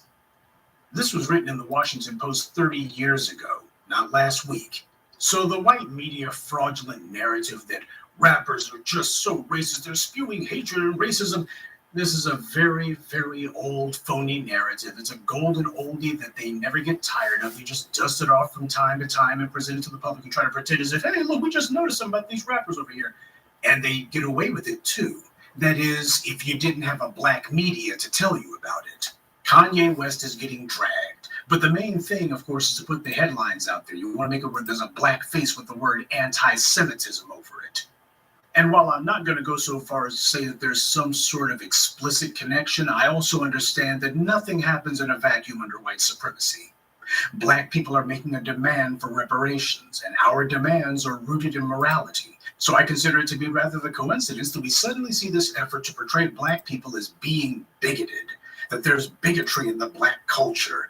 They can't point to any actions that have been done because of this black anti-Semitism. They can't show where black people are harming anyone or even talking crossways to someone, but take their word for it, it's totally happening. There's this epidemic of black anti-Semitism and it's just sweeping the world. All they've got is a couple of rantings from Kanye West and apparently a dubious Amazon link from a basketball player. And apparently that means people are getting hurt all over the world. Now, whether you like Kanye West or not is irrelevant. I've made my thoughts about him well known, so I'm not going to recite my litany of denigrations and attacks on him. As for Kyrie Irving, I don't follow sports. Up until last week, I didn't even know who this guy was. And now that I know, I still don't care. If it was up to me, I wouldn't say anything about it at all. But the problem is this orgy of black male bashing in the name of fighting anti-Semitism is not based on how aware Professor Black Truth is of a basketball player or a bipolar rapper. What's going on is based on reaching the rest of the society with this narrative. And the rest of the society are very well aware of these men. Now, the white media may be making Kanye and Kyrie the object of their hit pieces and all of this derisive scorn, but that's not who the target actually is. How can I say that? Because the white media said so. In last night's Sunday address, I rhetorically asked if anybody knew where Goldie Taylor was at these days. Well, speak of the devil, she reared her ugly head again, and nothing's changed. She's still making a fool of herself. She wrote a hit piece pretending to be an op-ed for Rolling Stone. Now, the original title of the hit piece was Black Anti-Semitism Isn't Rare, It's Ingrained. She wrote this less than 24 hours ago as of this morning. This is what she entitled it. And then underneath that title, she had the subtitle, What Makes Kanye West and Kyrie Irving So Dangerous and Malignant is that there are thousands of young black boys who see them, see their success and wealth, and believe them. Now, it seems that even Goldie Taylor or someone at Rolling Stone realized that they had gone way too far with that title. So an hour later, they changed that headline to Kanye, Kyrie, and Me. Got a screenshot up for you showing you the before and after. They did this in an hour. That's how much of a change they had to make that quickly. The exact same article, just a different headline. So already Goldie Taylor had to be walking this one back, and it wasn't even an hour old. But you see that someone really wanted this out there, though. And if this was how duplicitous they were with the title, you can imagine how deceitful the rest of the article was. Their original piece had a title declaring that anti-Semitism isn't rare in the black community. That's a flat-out declaration with absolutely no proof, and they knew it.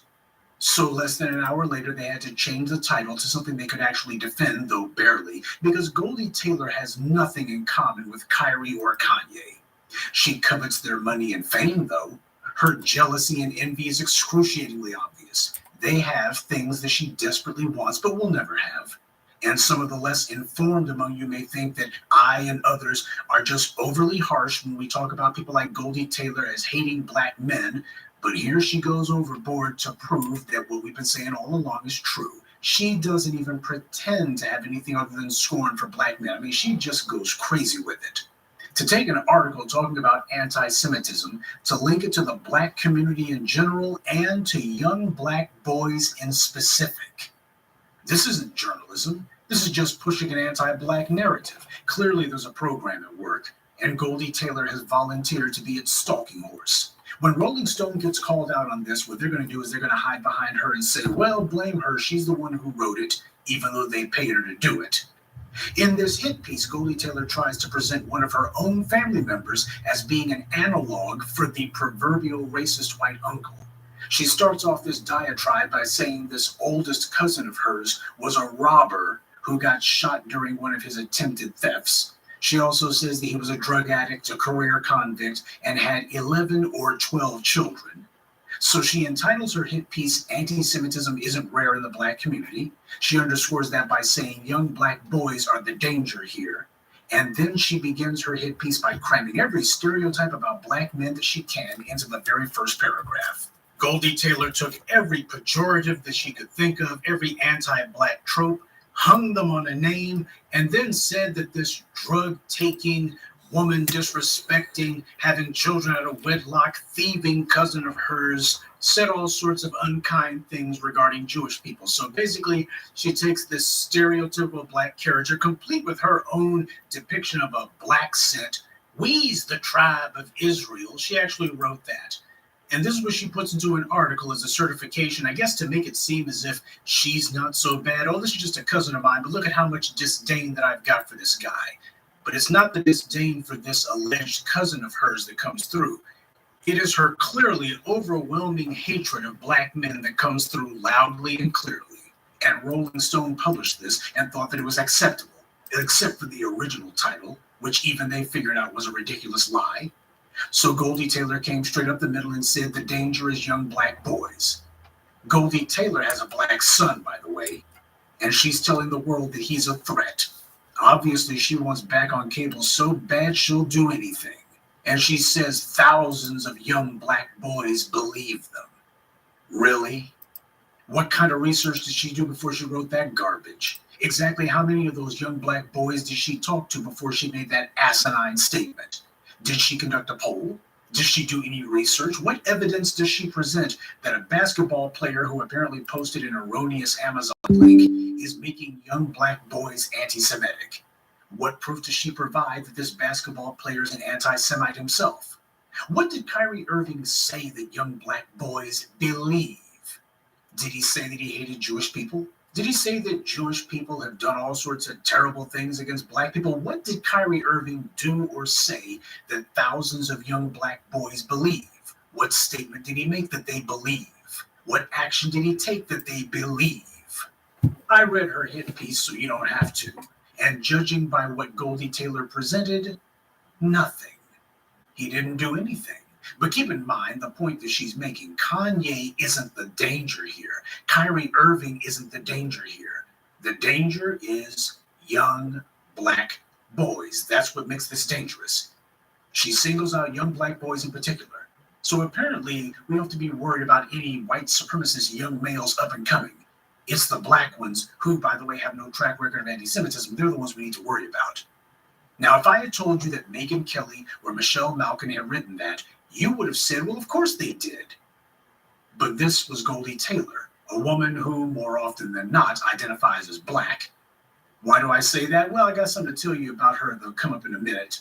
But for her to have the nerve to claim that black anti-Semitism isn't rare, well, I would like for the white media manipulators over at Rolling Stone or their sock puppet Goldie Taylor to tell me, did a black man attack a Jewish community center in 1999 where 250 Jewish kids were playing outside? Did a black man attack the Holocaust Museum in 2009? No, it was a white supremacist who did that. And a black guard lost his life trying to protect the Jewish visitors to that Holocaust Museum. And of course, in 2018, you had the Tree of Life mass killing. 11 Jews were killed. Was it a black man who did that? Was it a black boy who did that? Did somebody listen to too much Kanye West? Oh, I'm sorry, he wasn't a quote-unquote anti-Semite at that time. Maybe they watched too many games by Kyrie Irving. Maybe that's what it was. If black anti-Semitism is truly so common, please tell me, was it black boys who were in the streets of Charlottesville chanting, "Jews will not replace us"? Is that what was going on in 2017? Had a bunch of black boys going on Nazi rally marches against the Jewish community? If all of this black anti-Semitism is truly so common, like Goldie Taylor would want us to believe, where is all the rampant anti-Semitism by black people in Atlanta? Where's all the rampant black anti-Semitism in Detroit, or DC, or Philadelphia, or Memphis, or New Orleans, or Birmingham? You got all of these major majority black cities, and you don't see any of the black folks targeting Jewish synagogues or schools or homes. You don't see black people doing any of that stuff. So why is Goldie Taylor on such a tear against black men anyway? I'm sure she hated black men long before now, but one of the reasons is closely tied to the fact that she's not on cable anymore. For Goldie Taylor, those two things are linked, and it's personal for her. Goldie Taylor personally blamed Don Lemonade for her having been bounced from CNN back in the day. She blamed her fall from cable grace on Don Lemon, saying that it was all his fault. She's apparently not so mad at the white network executives like, say, Jeff Zucker and others who told her to hit the bricks. She focuses her rage on a black man, and her idea of getting even was to wait until now to tell the world that young black boys are a danger. So for those slow-wits out there who think that I and others in the black media are just downing black women when we call out Tiffany Cross-Eyes and Goldie Taylors, you can have a seat now. You might as well have a seat because you'll never have a clue. And what makes Goldie Taylor's demonization of black boys really so damnable is that Goldie Taylor has a son, and he was arrested and threatened by the police, and Goldie Taylor had no problem making hay out of that years ago because there were massive anti-black racism protests nationwide, and she figured that she could profit from it. But today, Goldie Taylor's saying that young black boys are a danger because of a rapper who everyone thinks is half crazy, and a basketball player who apparently posted an Amazon link. How is it that what constitutes anti-Semitism has gone from gun-toting white supremacists who shoot up museums, community centers, and even synagogues, to a big-mouth rapper who nobody in their right mind takes seriously, and a basketball player's Amazon account that nobody even knew about until the white media decided to bring it up? And of course, there's the to-be-expected inveighing of Louis Farrakhan from Goldie Taylor. That train is never late, because apparently Louis Farrakhan controls black people, I'm sorry, I mean young black boys' minds like puppets on strings.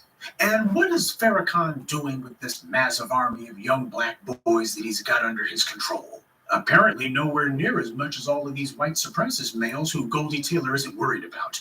And it seems that every black man, at least every young black boy, is a mindless zombie who follows an anti-Semite like a robot. And where's all of the anti-Jewish violence that these young black boys are carrying out? Nowhere. But you better be afraid. They're dangerous. Goldie Taylor says so. Watch those young black boys. They're dangerous. In her hit piece, Goldie Taylor goes on to explain that she's actually got Jewish ancestry herself. To be fair, that was one that I didn't know and didn't care about because I'm not concerned about people's religion. And Goldie Taylor simply isn't interesting enough for me to try to figure out who's in her family tree. But this hit piece that she wrote is an audition piece for a white media job. She thinks this is going to get her foot in the door somewhere. She's found some sort of anti-black bandwagon that the white media is jumping all over, and she figures she might as well jump out in front of that parade and pretend to be the band major. And that's what she's doing. She's pushing buttons in the hopes that someone will notice her. Say, does anyone remember whatever became of that documentary that she raised money for back in the day? What was the name of it? The Other Side of Grace? Did she ever finish it?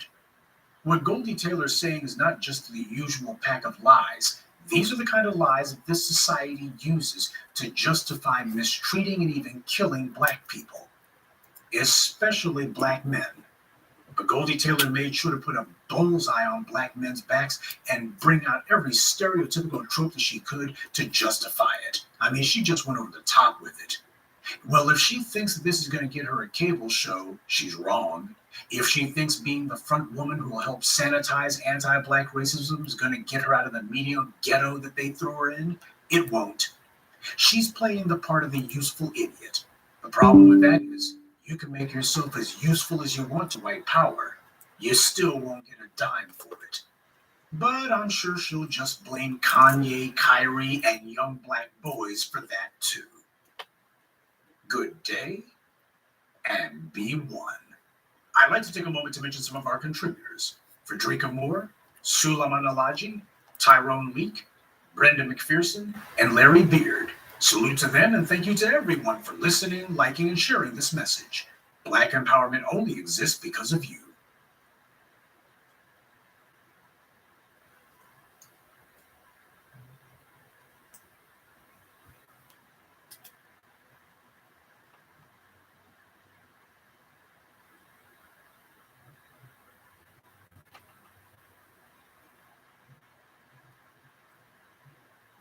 Tonight on the Black Channel, let's discuss the elements of a high-tech media lynching. The Black Channel is live.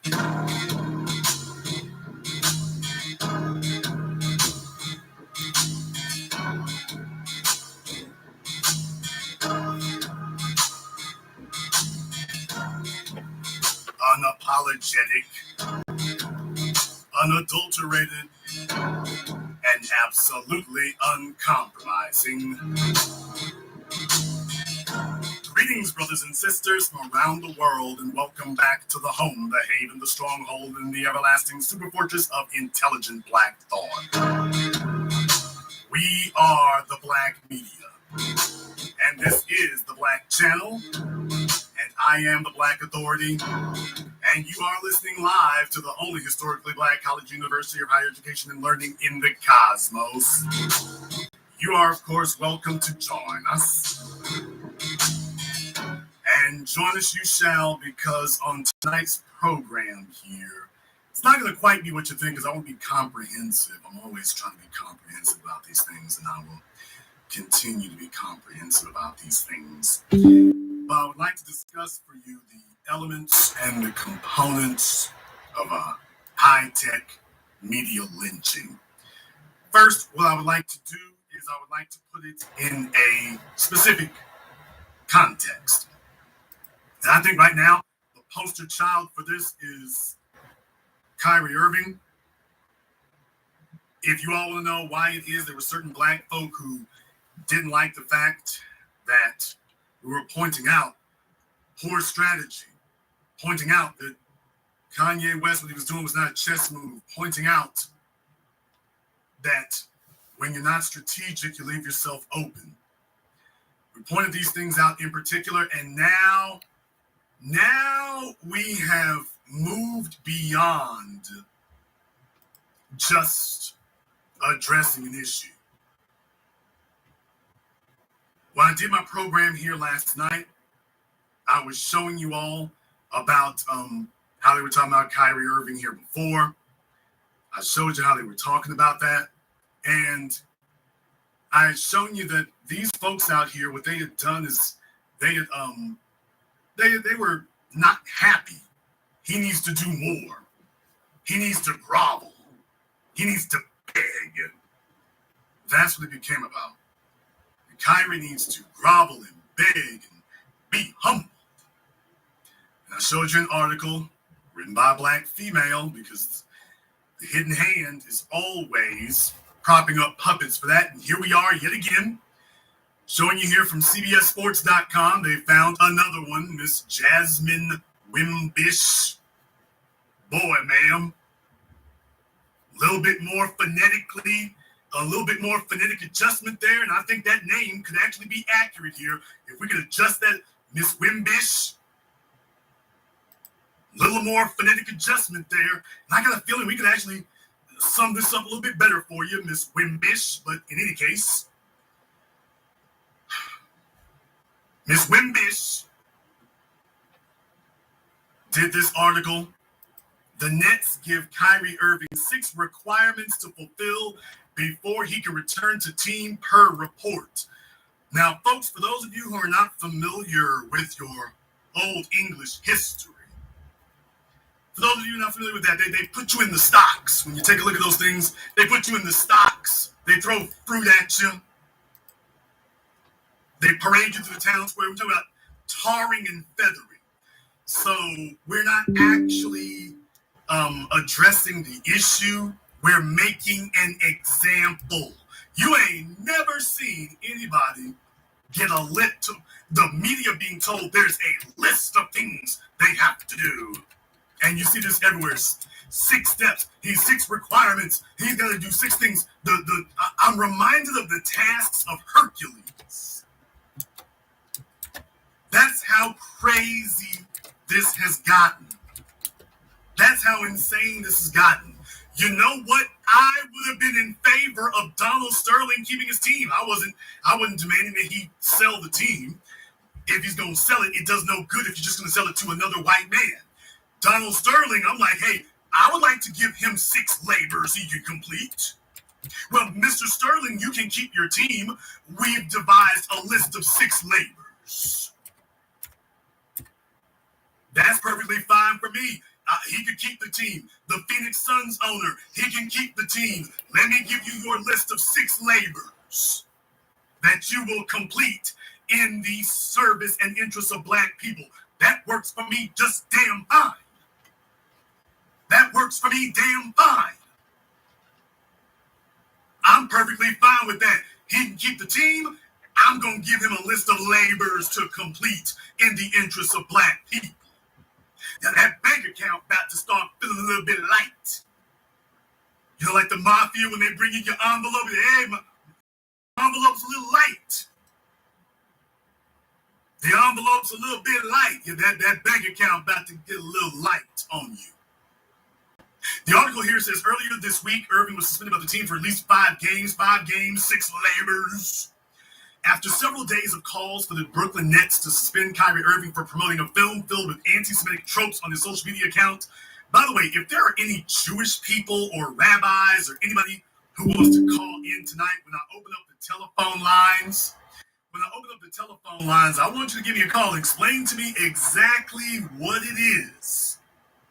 I'd like to know exactly what it is that Kyrie Irving said that was problematic. I want to open up the phone lines here. We're going to do this after I finish my monologue, but there's the number on your screen. You can go ahead and write that down when it's time to call in. I want you to call in and explain to me where was the anti-Semitism? Where's the anti-Jewishness? Explain specifically where and what it is. That's what I want to find out. In any case, goes on to say here, the franchise went through with it on Thursday, suspending the All-Star guard for a minimum of 5 games without pay.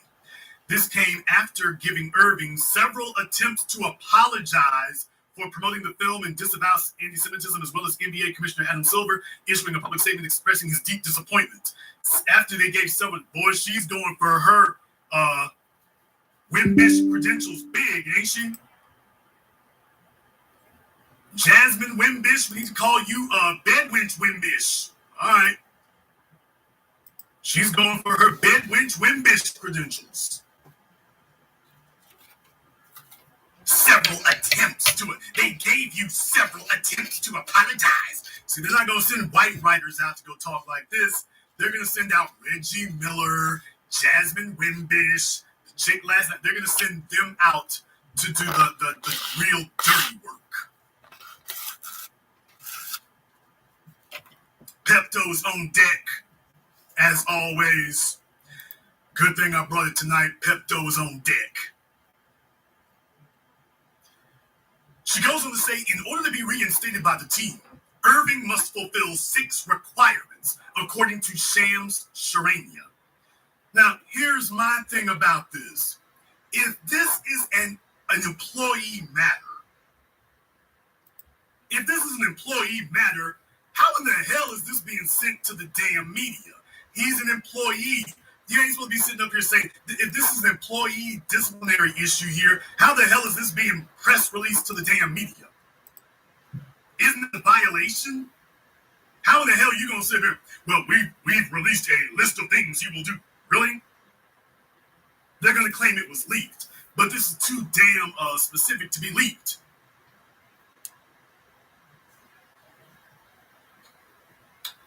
She says, number one, apologize and condemn the film he promoted. He's already apologized, but they're saying more. They don't ever tell white men this. White men don't have to apologize. Nobody perp walks white men. They don't perp walk white men. Second, make a $500,000 donation to anti-hate causes. He already tried to do that, but they're like, don't worry, the ADL, the Anti-Defamation League, might not take your money, but there's plenty of other white organizations that will. And let's be clear, to all the dunderheads out there, y'all are, I'm talking about, you showed it with Kanye. We went from Kanye to Kyrie. You all are some of the most inept, idiotic morons when it comes to strategy. It's the Jewish folk. It's the Jewish folk. It's the white supremacists are using it. You're trying to separate this out. There's no separating it. You're dealing with twin wings on the bird of white supremacy. And once again, the slow bus kids are getting caught up in semantics. Italian, Irish, Jewish. The hand of white supremacy is stone cold at work. And they found, first they went for non-white people, Asians. Now they're going for white people who some folks say that their white status is in question. Their white status is not in question. This is why years ago in the new black media, we began using the terms white Latino. Because when you're black, they don't call you Latino. They call you Afro-Latino. When you are black, you're not referred to as Latino or Latina. You're Afro-Latino. Afro-Latino. So we clarified it. We clarified that. Because some of the boneheads here are sitting up here falling for the bait. Well, we don't need to talk about everybody. Let's narrow these down. The hidden hand is doing what it does. Let me ask you all a question here. How many of these folk at these organizations are not actually even Jewish? I know some of the slow bus kids eating the crayons and chewing their pencils won't get this. How many of these folk are at these so-called Jewish organizations and aren't even Jewish, by the way? How many of you all are making all kinds of assumptions and you're actually in error?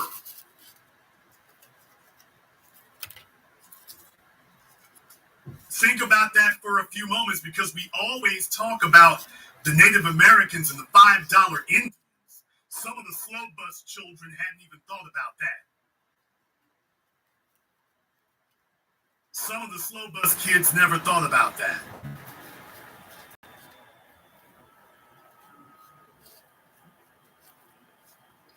So what they'll do is they'll do what they always do with black folk. They're going to take money that is either from black folk or intended for black folk, redirect it to white organizations, and they'll tell you, oh, because remember, take a look what it says here. It says, make $500,000 donation to, quote, anti-hate causes. Well, we all know Black Lives Matter is run by white folk. Has been since the beginning. So how many of these places they're going to tell him, now you need to cut a check for $100,000 over here, and here comes Karen, and you cut another check for $100,000 over here, and here comes Susan, and another check for $100,000 over here, here comes Gertrude, another check over here, here comes Brad. Brad doesn't even sound Jewish. Just cut the check anyway, dude. Hey, soul brother, cut the check. I want you all to think about this sick, twisted distortion of it. Think about that for just a moment. Hey, soul brother, cut the check, brother. Don't you people like that? Don't people believe in cutting the check?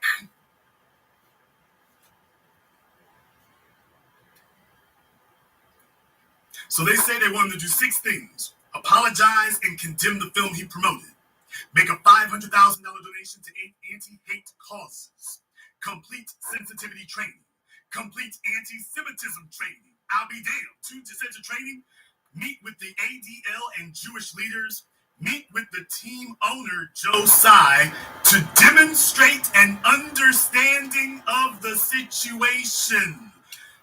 Y'all, this doesn't sound like they're talking to a grown man. This sounds like they're talking to a child. To all of the boneheads, this sounds like they're talking to a child. Do you get that? By the way, to the idiotic boneheads, I need to know something. The team owner, Joe Tsai, that sounds like an Asian name. Am I wrong? Am I wrong? No. He's an executive vice chairman of Alibaba. He's Asian. Was he Chinese? Okay, to all of the folks, it's the Jewish folk. Excuse me, the owner of the Nets is Asian. The owners of Comcast, yikes. Like I say, to boneheads and backward thinkers and the slow bus kids, they're really monosyllabic.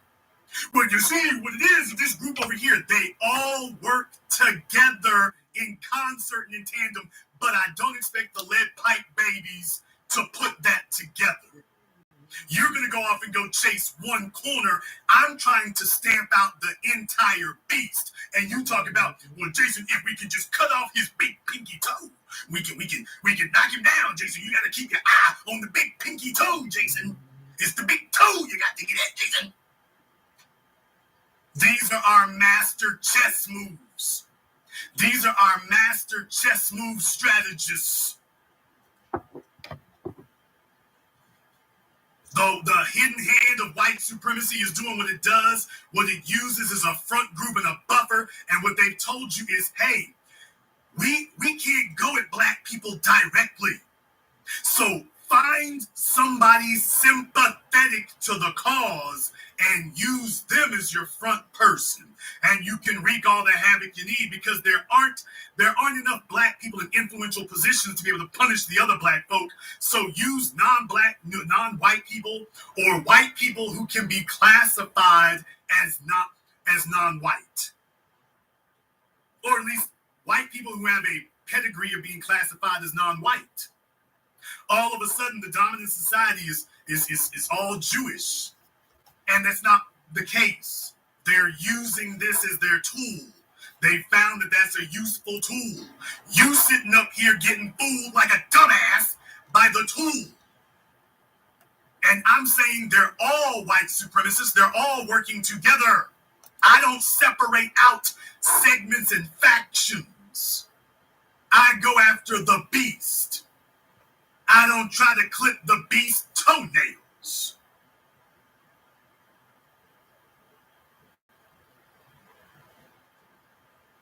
Somebody's hood rat mama in the chat room, she got triggered when I said that. Ma'am, if you're not teaching your kids to be more critical thinkers than that, you should have stayed off the pipe. But by the way, y'all, the owner, Joe Tsai, you can go ahead and Google him.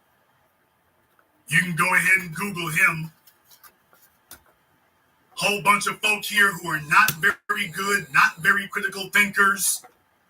They just say any damn thing. They latched on to one word and told us we need to leave every damn thing else alone here. And then when I say, hey, no, think with your whole brain, not with your rear end, then they say, well, this is my stick, and I'm sticking with it. Okay, you know what? Let me go ahead and make this very, very clear. to all the monosyllabic crayon eaters. By the way, here's the team owner, Joe Tsai, one of the executives with Alibaba, which means he's one of the richest men in the damn world. There he's got his generational wealth on deck right there, doesn't he? Come on out, crayon chewers. Well, Jason, you see, it's only one segment. You got to keep your eyes on the Jews. Oh, okay. All right. Even if I signed on to your absolutely ridiculous notion. By the way, I just read to you the 6 things that the Brooklyn, now I was about to say New Jersey Nets, the Brooklyn Nets are requiring. Apologize and condemn for the film, make a $500,000 donation, complete sensitivity training, complete Jewish sensitivity training, meet with the ADL and Jewish leaders, and then meet with the team owner, Joe Tsai, to demonstrate an understanding of the situation. Now, I find that step right there to be the most egregious and degrading. That's dehumanizing. This is a grown-ass man. You ain't his daddy. This is a grown-ass man. This is a grown-ass man. But by the way, I thought I would just sit here and say, let me go ahead and show you the owner of the Brooklyn Nets who says Kyrie Irving needs to meet with me and then demonstrate an understanding of the situation to my satisfaction. When I told you all last night, this is butt breaking. But I'm reminding you also that when they go in front of the cameras and put this information out in front of the world like this, we've gone beyond butt breaking. This is now high-tech media lynching. We're going to make an example of him in front of the world. This is a high-tech media lynching. If you all agree with what you're hearing here tonight, give me a thumbs up in the chat room and hit the likes button for me. If y'all are not liking what you're hearing tonight, if you think I'm on the wrong road here, let me go ahead and just wrap it up.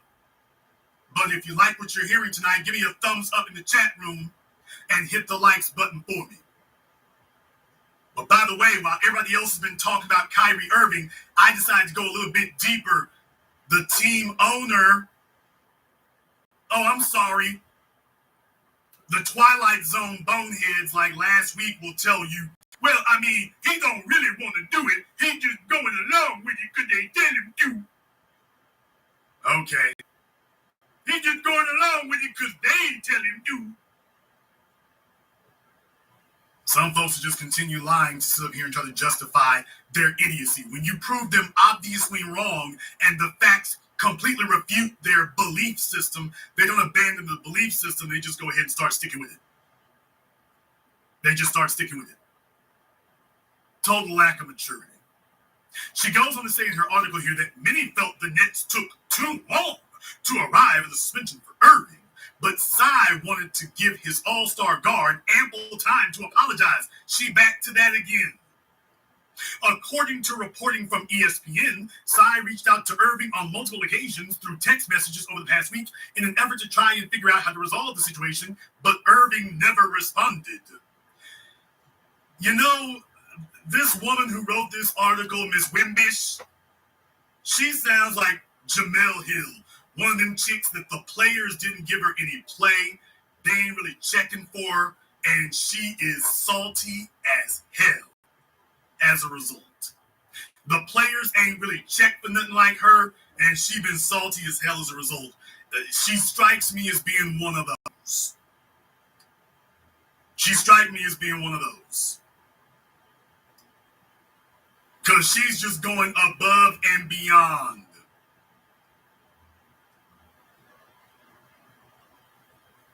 She goes on to say in the article here that Irving issued an apology late Thursday night, hours after the Nets suspended him, saying in part, to all Jewish families and communities that are hurt and affected by my post, I'm deeply sorry to have caused you pain and I apologize.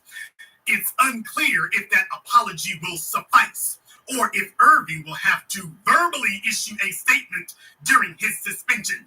After Irving's apology surfaced on Instagram, Nets manager Sean Marks had said his statement was a, quote, step in the right direction, but it is certainly not enough. it is certainly not enough. Well, that tells you a lot right there, doesn't it? Sean Marks is a white man, by the way. Okay, here's what the infantile prepubescent failures in life don't understand here. Folks, they ain't never liked the fact that black men are getting too damn powerful and are getting too damn intellectually independent. None of them like it. None. N-O-N-E, none. Adam Silver, Steve Ballmer, Joe Tsai, it doesn't matter who you're looking at. Shahad Khan, they don't like this. So all the brain dead bums trying to say, well, focus on just Jewish people, focus on just that, focus on just the Jewish races, focus on just that, and you're going to give the other 98% a pass. Because you don't have an attention span capable of being able to deal with the whole problem. They're all in collusion together, and what they're doing is what I told you years ago. They're getting the record straight for the next 500 years. That if you think that the world is woke enough that you can defend yourself against white supremacy, dude, we can practice white supremacy using Asians. We can practice white supremacy using Jewish people. We can practice white supremacy using Native Americans. We can practice white supremacy using white women. Shout out Jalen Rose. We can use anything for white supremacy. Now, the next group of there was one dumbass in particular who was trying to talk about, well, you see, this is proof that the Jewish religion is more powerful than white supremacy. Interesting. So how many of the black Jews and black Hebrews have any of this power? How many of them have this kind of power? So far as I can see, only the white ones do. But don't let anything like facts and reality get in your way. The facts aren't helping you while you got your little brain dead little belief. So don't let the facts get in your way.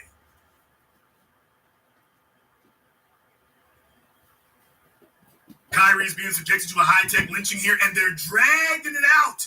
But they're dragging it out during the season for a reason. They're dragging this out because they want you to understand. Don't ever fool yourself into believing that we will not make an example of any of you. You see, what you do is you make a bad enough example of him, and everybody else is backing the hell down. So they can turn anything into an insult for them. Shout out Jalen Rose. That if they are so much as offended, your black ass is getting drugged. Your black ass is getting drugged. It's not about being Jewish. It's about being white. There are no black Jews who are wielding any power. There are no biracial Jews who are wielding any power.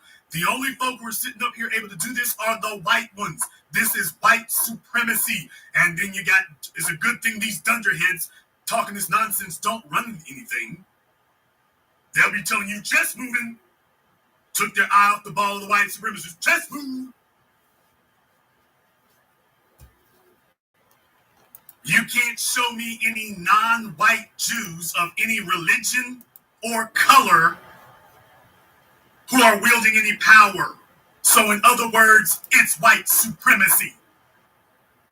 Just like you can't show me any Afro-Latinos wielding any power. All they can do is be the hype man and be Flavor Flav to the white Latinos. But he ain't running nothing. Zoe Saldana and Gina Torres ain't running nothing. All they can do is sit back and be the hype women to Jennifer Lopez and Ava Longoria. That's all they can do. Yeah, you all might technically be Latina, but they white Latina. You the Afro ones. You don't run anything. It's not because they're Latino, it's because they're white. It's not because they're Jewish, it's because they're white. So I want to make sure that I spell that out in no uncertain letters so you all know the questions to start asking to shut down these people trying to distract us. Drake might be part Jewish. I think he is. Show me where his Jewishness, thus his whiteness, is honored among white people. Show me where Drake can go and get his whiteness honored.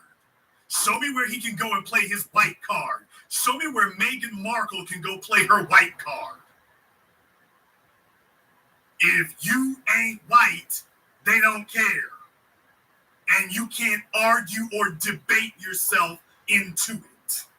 You either got it or you don't.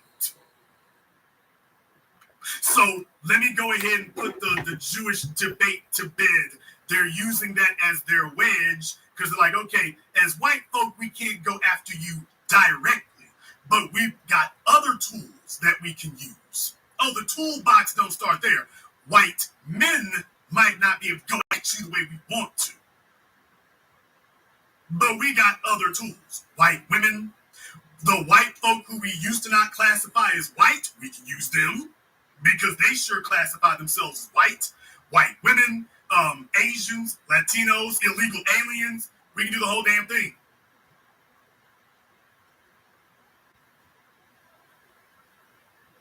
We can do the whole damn thing.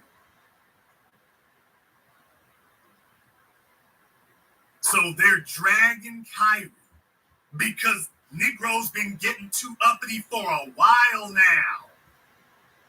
They've been getting too outspoken for a while. They want everybody to be like LeBron. Look, just focus on your shooting. You don't have independent thought, and don't you dare attempt to influence the greater body politic.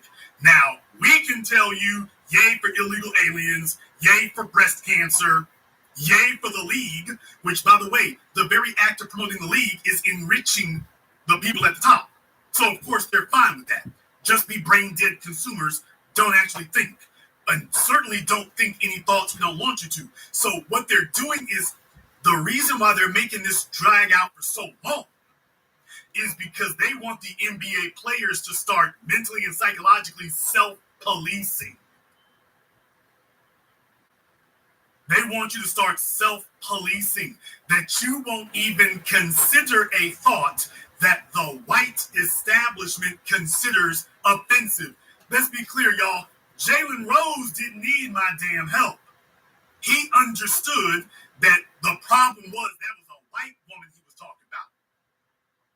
He knows that was a white woman he was talking about. Him and his family already been told about one white woman on the air. He knows that the issue is this was a black man rolling roughshod over this white chick. He knows that. And he knows that if this had been a black woman, they wouldn't have said nothing. He knows this. You know this. I know this. He knows this. So now they've sent the message to him. You better start self-policing. Don't think you're going to say anything. Now that he is afraid to say something about the white woman, don't you know he going to back the hell up off of anything else? He's not going to say anything that he thinks might offend them.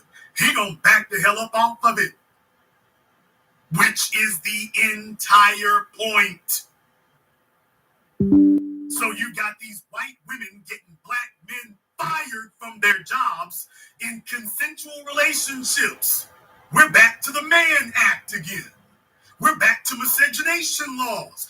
First you said that they're sexually assaulted.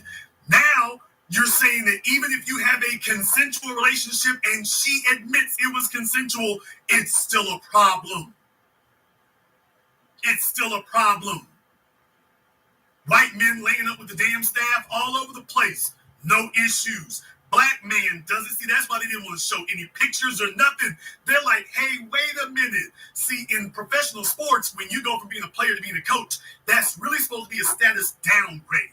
The guys on the court are supposed to be the thoroughbreds. The men on the court are supposed to be the most desirable. They're the most athletic. They're the most physically dominant. When you become the coach, you're supposed to be out to pasture. You ain't supposed to be sitting up here stacking them and racking them in the back of the place. You ain't supposed to be able to do that. They don't want that to become the image. You ain't supposed to be able to do that. You're supposed to be out the hunt. You're not supposed to be able to do that. So no, they don't want that image getting out there. They don't want that getting out there. They want to make sure that you're supposed to be sitting up here in the old folks' home. That's it. We don't want you exuding that type of masculinity. They don't want you exuding that type of unbridled masculinity. This idea that there's a married white woman turned her back on her husband and said, yeah, let me go with him. She's a married white woman and she threw caution to the wind to get with a man who already has a publicly promoted significant other, even if it's knee alone. We don't want that. So she's stepping over all the head coaches in the NBA that she could have been with. Think about this for a moment. Do the damn math. All the crayon crunchers, you ain't gonna like this, but do the math.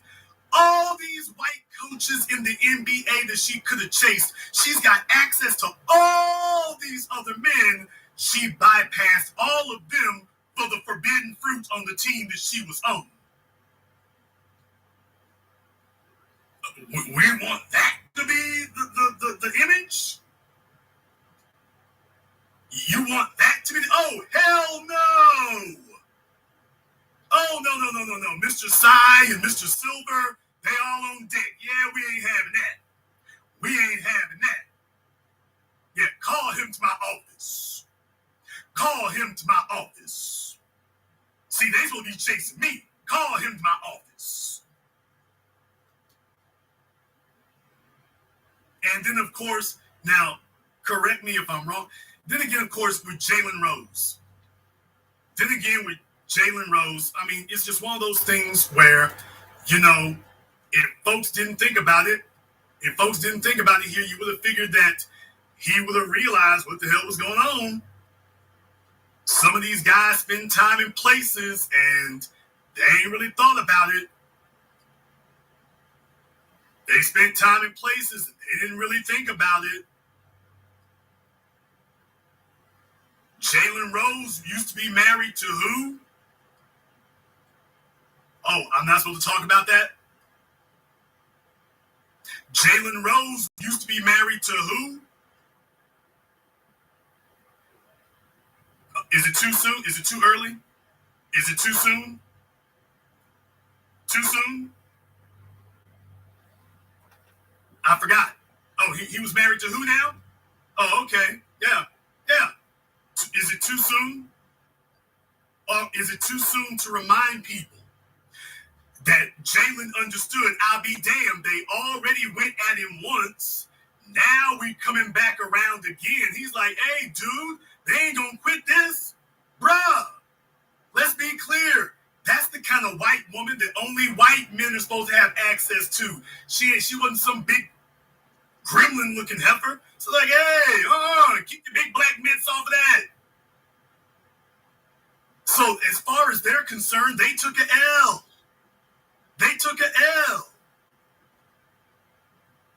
As far as the dominant society is concerned, they took an L on that one.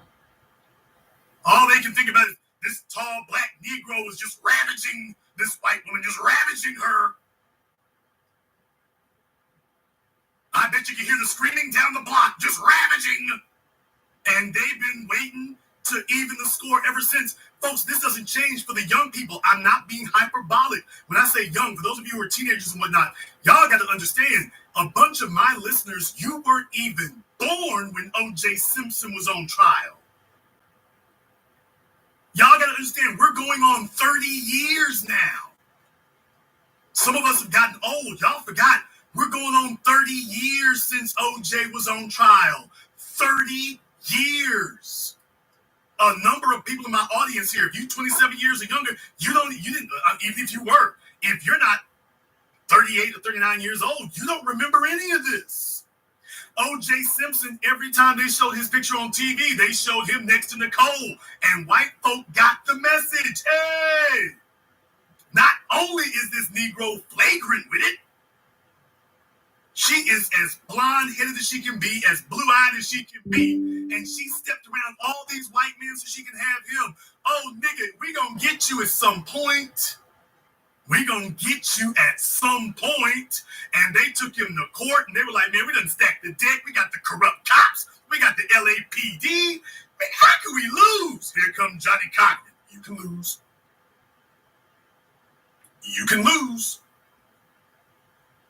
And as we saw, they carried a vendetta ever since. When OJ finally got out of prison, the first thing he did was go to a bar. Man, them folks was mad as hell. White chicks dripping all on him. This nigga fresh out the pen. He fresh out the pen. And they were dripping all on him. OJ understood. He has always understood. And Jalen Rose understands. He's always understood. If he didn't understand, he got his wake-up call now. He got his wake-up call now. If he didn't understand, he got the wake-up call. So they are putting all the Negroes in the Nigga Basketball Association, they putting all of them on notice. Hey, y'all better back down. You're the workforce. You're the workhorses. You don't run anything here. You're our employees, and we are now going to police all your behavior. And yeah, when we brought up some bogus ass, fraudulent ass charges, we white and we say so. Or we agree with the white folk and I say so too. And that's what it is. That's what it is. So we got to get this lynch mob together. We got to get this lynch mob together to send a message to every black male who was in the league, every black male who is in the league, and every black male who aspires to be in the league. But also to send a message to the non-black people that, yeah, we still run it. Don't get it twisted. Me too and all that, yeah. We still run it. We can check these Negroes anytime we get ready to. We can bring the hammer down anytime we want to. The rest of these folks might have been confused. We letting y'all know, don't get it confused. We can drop the hammer whenever we choose. We can drop it whenever we get ready. That's the message that's being sent to everyone. And everybody is getting the message. They're understanding the message. They get it and they're reading it loud and clear. They're reading the message loud and clear. It's not a mistake.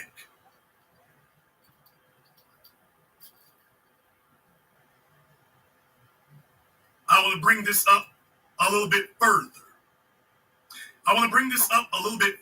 And put this in a wider context. Now that we dealt with this in a specific context of high-tech media lynchings, I want to bring this in a more broad context. Let's go about 10,000 feet. We've been down here on the ground right now. Let's go about 10,000 feet. Usually when you turn on the news and they talk about crime, they're always showing black folk, particularly when it comes to catalytic converter theft. You've seen this become a thing since the pandemic jumped off.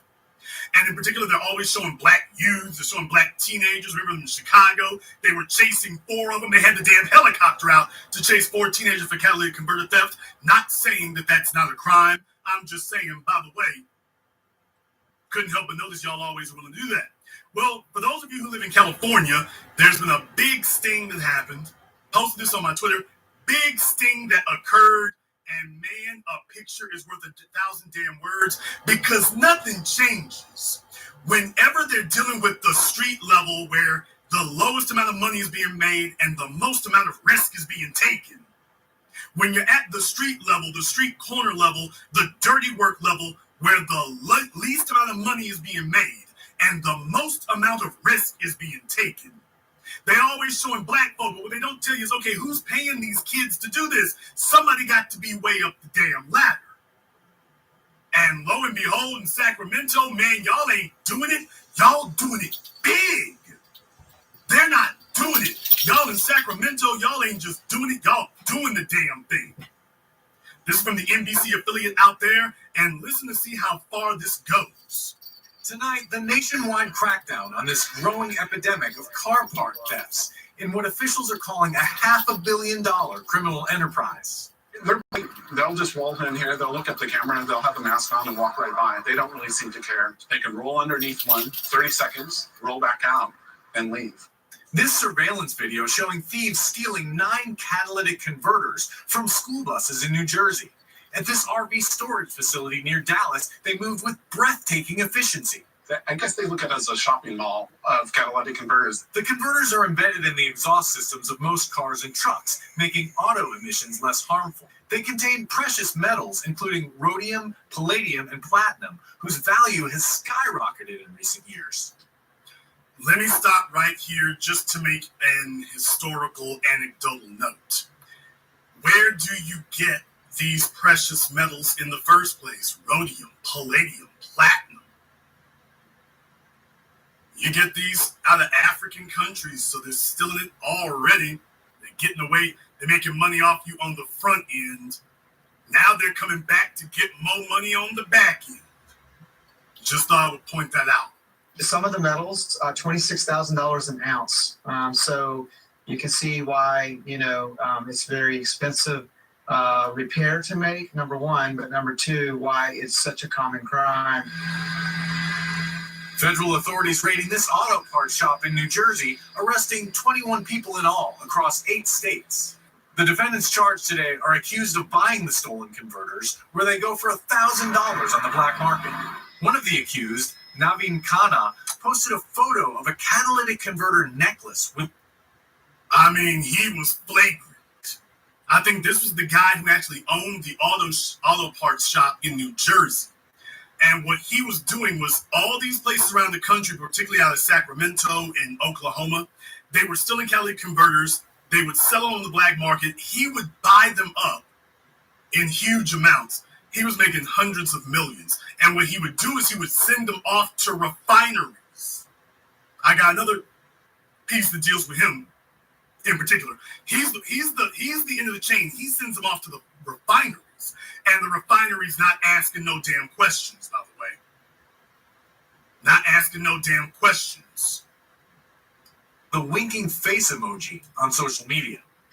Authorities raided his $1.7 million New Jersey home. Crime pays.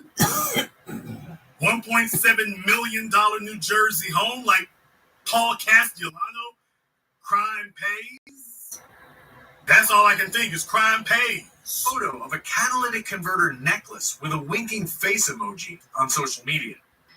Authorities raided his $1.7 million New Jersey home.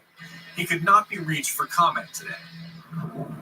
In Oklahoma, multiple law enforcement agencies raided a Tulsa facility where they found them stacked in piles. The National Insurance Crime Bureau says 12 times as many catalytic converters were stolen in 2021 compared to 2019. The crime wave turning tragic last April. Houston Deputy Sheriff Darren Almendarez was shot and killed when he tried to stop thieves from stealing his converter. We're tired of this crime in our community. We're tired that people aren't even safe to go out to the grocery store. This is a cop. This is a cop that's just out with his family. It could be any one of us. The defendants in today's arrest are charged with various offenses, including transporting stolen property and money laundering. They face decades in prison. FBI Director Christopher Wray said in a statement tonight that these defendants stole hundreds. So this is what they're doing here. And the folks making the money on it, man, it's for real. You're at the street level, and that's all you get. Now, this is the other story here about this case. This is from CBS in Sacramento. Open your eyes. A nationwide theft ring busted tonight. 21 people. Okay, first of all, will you all take a look at that? I think that's an MRAP. So, Barack Obama and the surplus military equipment. Look at the size of that monster. Take a look at the size of that thing. I mean, you would think that they were going after El Chapo and Pablo. Look at the size of that monster. You mean to tell me you couldn't have just brought out the regular paddy wagon? We had to come crank out this? So, no, you see on this says Tulsa Police. No, this belongs to the Tulsa Police Department. Your federal tax dollars at work. You wasted and squandered the money in Iraq and Afghanistan. Now you acting like you're doing folks a favor. Can you imagine how many miles to the gallon that thing gets?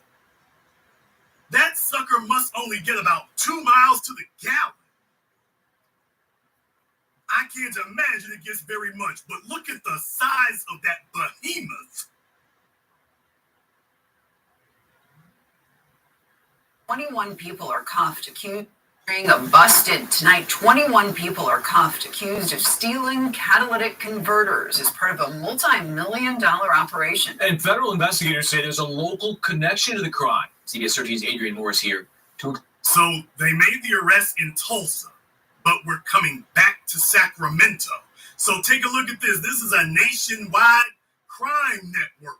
Explain, Adrian. Tony and Elizabeth, 3 of the people arrested today are from Sacramento, and we now know a home in Rio Linda was raided in connection to the sting. Authorities believe this group ran an unlicensed business out of their home where they bought the stolen car parts and then sold them to a metal refinery over on the East Coast for a whopping $38 million. Now take a look at this video out of Oklahoma earlier today, where authorities took down part of what they call a network of thieves, dealers, and processors in this scheme. I think we found Lefty and Shifty. Shout out Governor Paul LePage in Maine. I think we found Sneaky and Q-Dog and Lefty and Shifty. Somebody called Governor LePage and Governor DeSantis. I think we found Lefty and Shifty. Took us a minute. It's been a minute. We've been looking for them for a while, but I think we found them at long last. So Lefty and Swinty and Shifty, we finally caught up with them. A federal grand jury indictment says Sacramento's Then they got baby Huey over there. Y'all look at the size of that fella. He's damn near as big as the MRAP is, isn't he? network of thieves, dealers, and processors in this scheme. A federal grand jury indictment. Yeah, look at that one-man gang sitting there. I'll be damned. He must be the enforcer. Yeah, we found D Money. Lefty Shifty. Take a look at that linebacker. We found D Money. We found him. Okay, Lefty Shifty confirmed. D Money has entered the chat. I mean, look at the size of him. He needs to be in the WWE. Okay, I was questioning why they brought the MRAP. Now I know why they brought it. I was questioning why they brought that monster of a truck. Now I see who they got to take away. Oh, hell no. A Chevy Tahoe ain't going to fit him. You better bring the MRAP or a dump truck. A Chevy Tahoe ain't going to handle him. So, all right. Okay. See, there's your head buster right there. If you want to know how it is able to run this operation is on, there's your head buster right there. So, all right. Moving right along. I mean, and take a look at everybody else in comparison to him. We way back here. I mean, the MRAP damn near looks like a passenger car for him. So, all right. Authorities took down part of what they call a network of thieves, dealers, and processors in this scheme. A federal grand jury indictment says Sacramento's Tu Su Vang, Andrew Vang, and Monica Moa shipped the stolen catalytic converters to DG Auto Parts in New Jersey. Now, business owners. All right, those two names you just heard, Vang. Tu Su and Monica Vang. So sounds like Vietnamese. I don't think that's Chinese. I think it's Vietnamese. I could be wrong, but regardless, sounds like we got the Asian white connection. Got the Asian white connection going on. No black people involved. Well, I want you to understand, these are not people who are going around doing the dirty work and cutting the catalytic converters off the vehicles. That's not what they do. These are the folks who start paying for it. These are the folks who are out there stealing the converters, these are the people they bring it to. These are the folks who fund the operation. This is where the money comes in. You can want to steal catalytic converters all you want to, but you ain't going to get paid if there's not somebody to buy it, and you need somebody who can consistently keep buying these things. So when it comes to the people who are actually buying it, not a black face nowhere in sight. Well, who's fueling this market? Black folk ain't fueling nothing. Emory Davis, you're correct. I don't think it's a RICO charge either. How big does your operation gotta be before it's a criminal organization? We got damn me rappers in Atlanta being indicted under RICO charges. And they're just rappers. They're local accused suspected criminals. They ain't running no nationwide chop shop. So when it's time to put white folk in prison for 30 or 40 years, nobody can find the RICO laws. And remember, the feds are involved. Nobody can find the RICO laws now. Ain't that amazing? Were left stunned as they watched law enforcement move in. I see huge trucks, guys with, assault rifles or, guns drawn and shields and apprehending some guys. And so after that, it's just, it's been nonstop police presence. Federal investigators say the owners of DG Auto sold the metal powders pulled from the catalytic converters for more than $545 million. Sacramento police posted a tweet this afternoon. Did you all hear that? Presence. Federal investigators say the owners of DG Auto sold the metal powders pulled from the catalytic converters for more than $545 million. So I want to make sure you all understand this. These folk here in Oklahoma, these were just part of the operation. Folks in Sacramento, folks in Oklahoma, and then they all went to this guy in New Jersey. This is the guy who owned DG Auto. He's the one who's paying that money. They say he made over half a billion dollars. Over $500 million. Now, let me tell y'all how this gonna go, because I want you to understand how crime really works. You're not gonna find the damn money. He's an immigrant, which means if he uses the Halawa network, I don't know if he's Middle Eastern or whatever the case may be, Middle Eastern, whatever, I haven't checked out to be sure, but if they use some underground money type network, the Asians have one, the Indians have one, the Middle Easterners have one, the money is long gone. So let's just say they hit him and say they're going to put him in jail for 10 years. We're going to put him in jail for 15 years. The money gone. The money gone. Think about that for a moment. The money's gone. So he's made $500 million.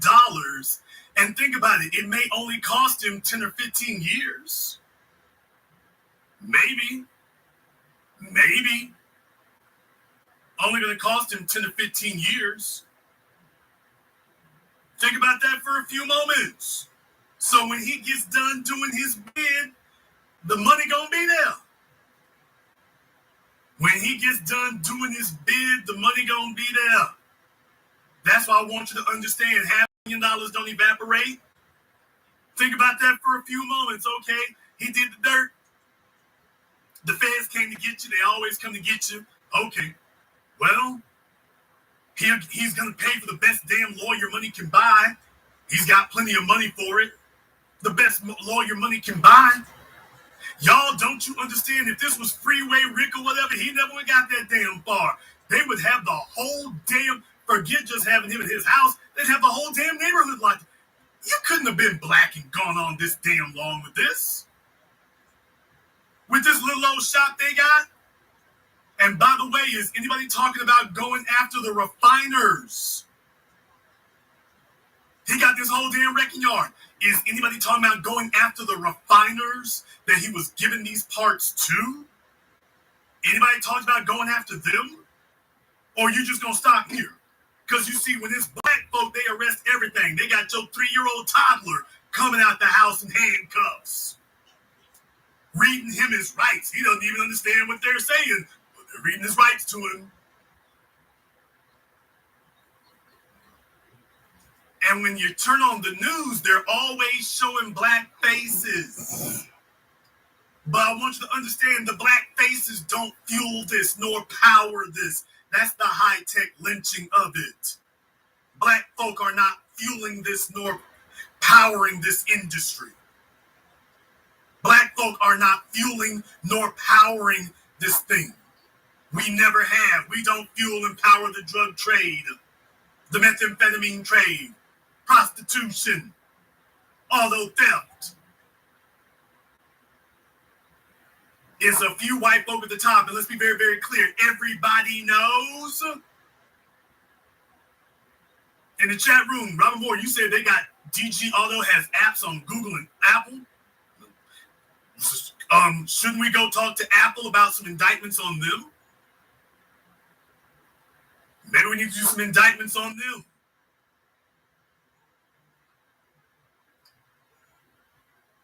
So when we talk about these things, they always show black folk, but I'm reminding you yet again, that's the high-tech media lynching. The folks who actually pay for this, it's the same thing it's always been. And everybody knows, let's stop the bull jive. How the hell you got an operation this damn big and everybody doesn't know? How can you have an operation this large and everybody in the neighborhood don't know? That's the spot you go to drop off them catalytic converters. How you got an operation this damn big that the feds have to bring in military equipment and hundreds of operatives and everybody in the neighborhood don't know? It's little ass Tulsa, Oklahoma. Everybody knows everybody there. Everybody knows that's the spot. When they sitting up here moving this much damn weight, they moving this much damn weight out the damn house, everybody knows that's the spot. Everybody knows that's the place you go to when you're moving this much damn weight. You can't move that much weight and don't nobody know. Everybody knows, hey, that's the man you go see. Those them people over there, they move them things. These folk dealing hundreds of thousands of dollars of stuff out of their damn house. Everybody knows that's who you go see. You go see them. Everyone in the neighborhood knows it. You go see them. But the whole point is it isn't going to work if you don't allow them to make the money. See, they got to make the money first. Then we're going to go send them to court. They're going to let half of them off. A bunch of them going to snitch. They're going to let half of them off. A few of them going to do a few years. And then that's your ass. Restitution, what the hell? That's your ass.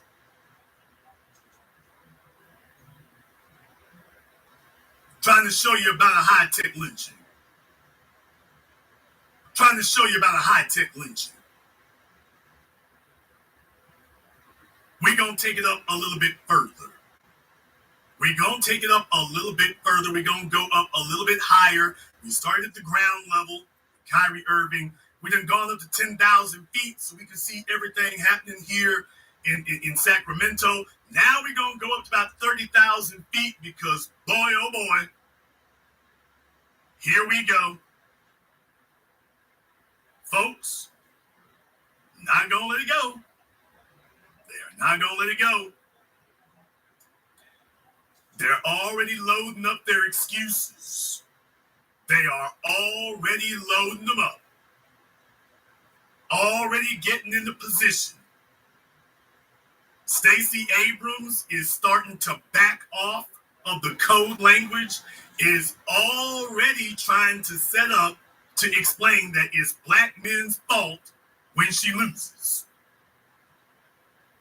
Just like Bowling Ball Martin, she's starting to back off the code language, and now she's starting to say it directly. She's starting the gender war attacks directly in straightforward language. So you all need to stick around, because when I come back after this brief non-commercial break, yeah, boy, Stacey Abrams is taking the damn gloves off. She ain't playing. She's making it very clear, if she loses, it's black men's fault. It's black men's fault. She calls us out by name. She's asked a general question, and she lays it solely at black men's feet. By the way, I'm cool with that too. That doesn't bother me either. We're going to go ahead and address that when we come back from this very brief non-commercial break. Before we do, I want to thank everyone, and I mean everybody who has contributed to support tonight's program here. So, Mr. Andrew L., thank you very much. Keith B., my man B1 Media is a lifesaver. We appreciate your support on this.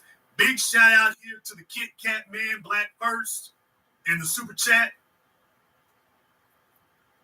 Thank you very much for your support there, brother. We appreciate that. That's what it means to be supported. And that's not lip service. That's real service. So big shout out here to the Kit Kat Man.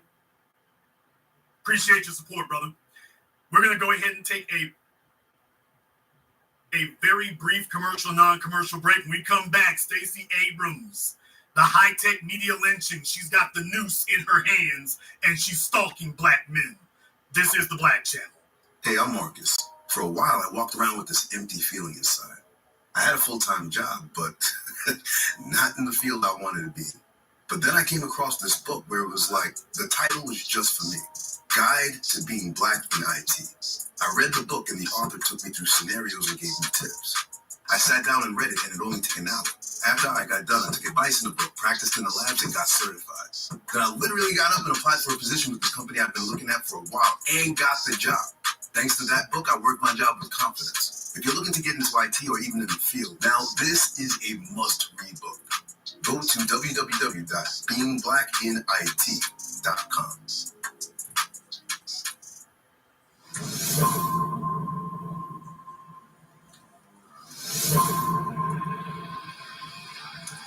I am Black first. I am empowered.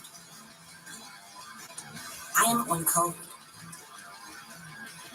I am motivated. I am a proud foundational. My name is Maria Sellers, and nothing will come between us. Buy the sci-fi novel, Nothing Will Come Between Us. Order today at Amazon and Google Play.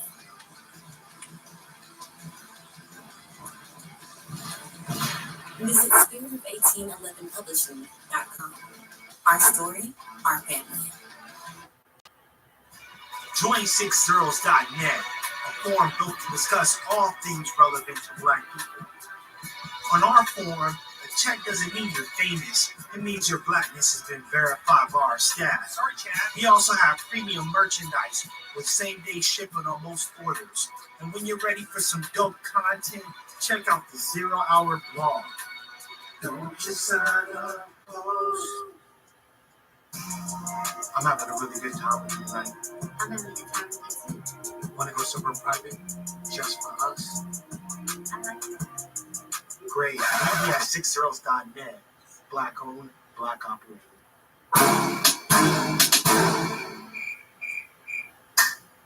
Hi, this is Brenda Starr, creator of Poetry with a Purpose and author of the book Pressed But Not Crushed.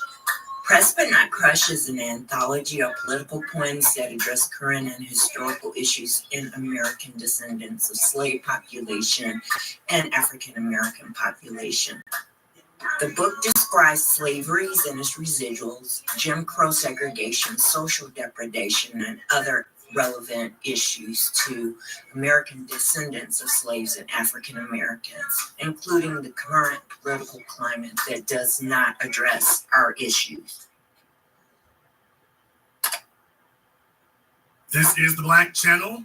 I am your host, your brother, your humble servant, Mr. Jason Black. Very glad to be with you all here this evening.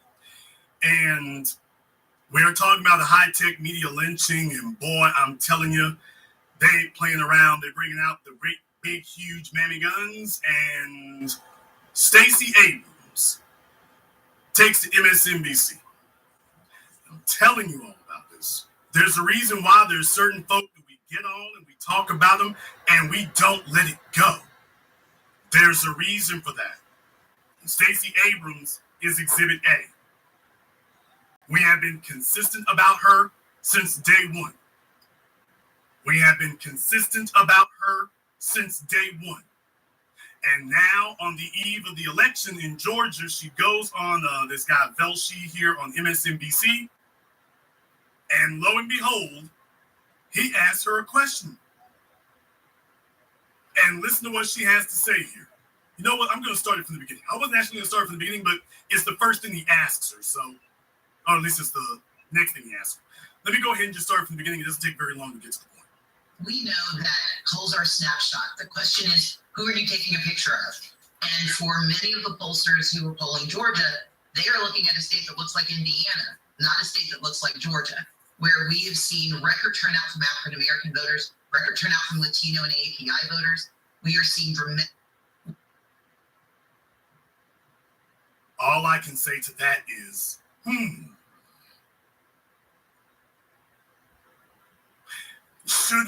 Should we talk about her the way that great big donut eating Roland Martin always tries to talk about Marcel? Should we start talking about, by the way, I see you down there in Louisiana, Gary Chambers, whining and moaning. All the folks who were sitting up here throwing shade at Marcel, by the way, is it our turn now? I want to ask everybody, is it our turn? Is it our turn yet? Is not our turn? Is it not our turn yet, or it is our turn now? I just want to know. Is it our turn yet? Okay. Where we have seen record turnout from African American voters, record turnout from Latino and API voters. We are seeing dramatic increases in participation, including 500,000 people who voted early who did not vote in 2018. And while the polls are always going to tell the story you want to see, what we know is that the untold story is that this is a tight race. It is neck and neck. And we believe that we are on a path to victory if we can get all our voters turned out and if they can navigate the difficulties put in place by Brian Kemp and Brad Grafsenberger to not only game the system, but to suppress voting in the state of Georgia. So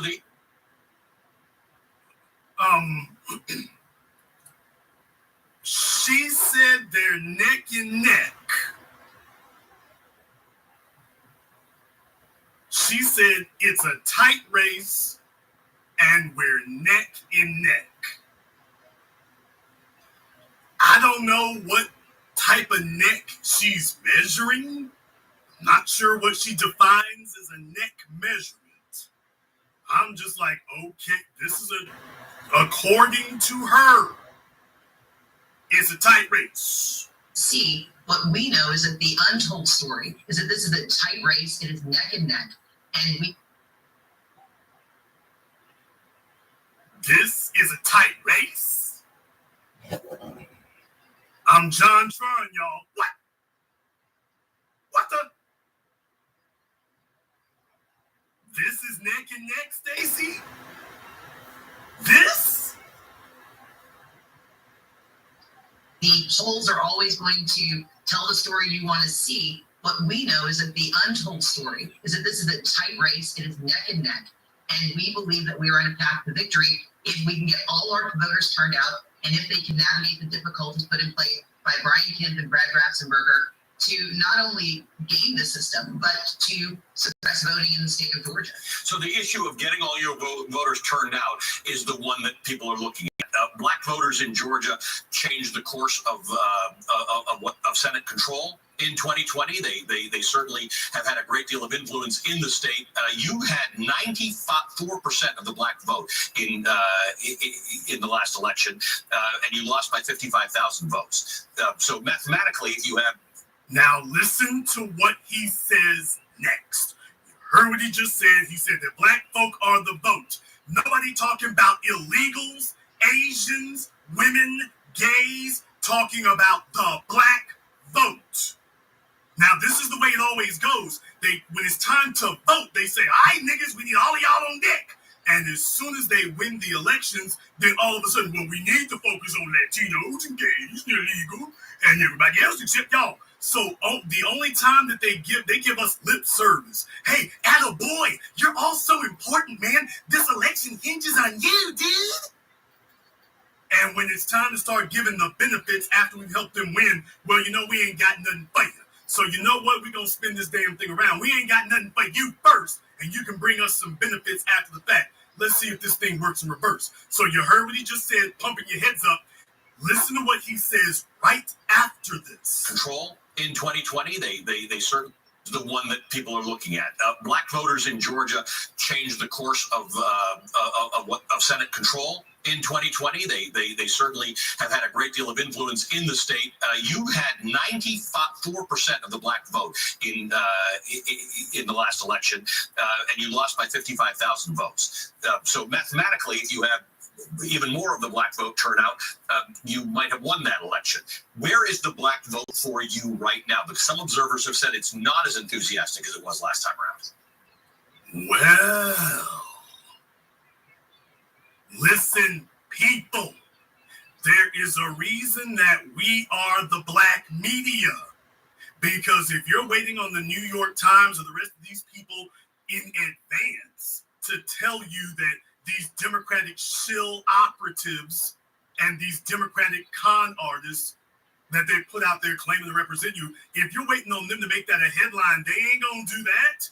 You need us to be able to properly and accurately take a look and analyze the events and report that to you. He's waiting until a couple of days before the election to say something that we've been saying now since she lost last time. We've been saying this since she lost last time, and he's acting like he's breaking news.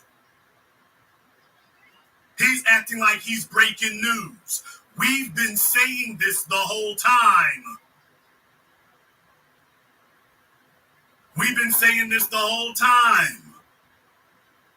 Andrew Gillum in Florida, we were saying this the whole time. Stacey Abrams, we've been saying this the entire time, and they were acting like we didn't exist.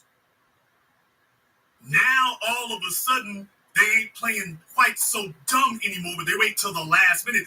Well, there have been some outlets. Why don't you tell us who those outlets are? By the way, let me go ahead and play that one more time so you can hear what the hell he said. 55,000 votes. So mathematically, if you have even more of the black vote turnout, you might have won that election. Where is the black vote for you right now? Because some observers have said it's not as enthusiastic as it was last time around. Who are the observers, Velshi? You can say Jason Black, sir. You can say that. You can say Tariq Nasheed. You can say that, Velshi. You can say Professor Black Truth. You can say that, sir. Who are these observers you're referring to that you ain't naming? Who are these observers, sir? He just said there are observers. Notice he didn't say journalists. He didn't say politicians. He didn't say cable media outlets. He didn't say writers. He didn't say pollsters. He said observers. Well, that could be anybody. Yeah, that's the damn point. So mathematically, if you have even more of the black vote turnout, you might have won that election. Where is the black vote for you right now? Because some observers have said it's not as enthusiastic as it was last time around. Again, this is a question of who's doing the polling and who's doing the counting. We have seen record turnout. Black men have increased their participation rates by 52% over 2018. And I do not believe it's because of a deep well of enthusiasm for my opponent. We know that Black voters are often discounted. And unfortunately, this year, Black men have been a very targeted population for misinformation. Not misinformation about what they want, but about why they want what they deserve.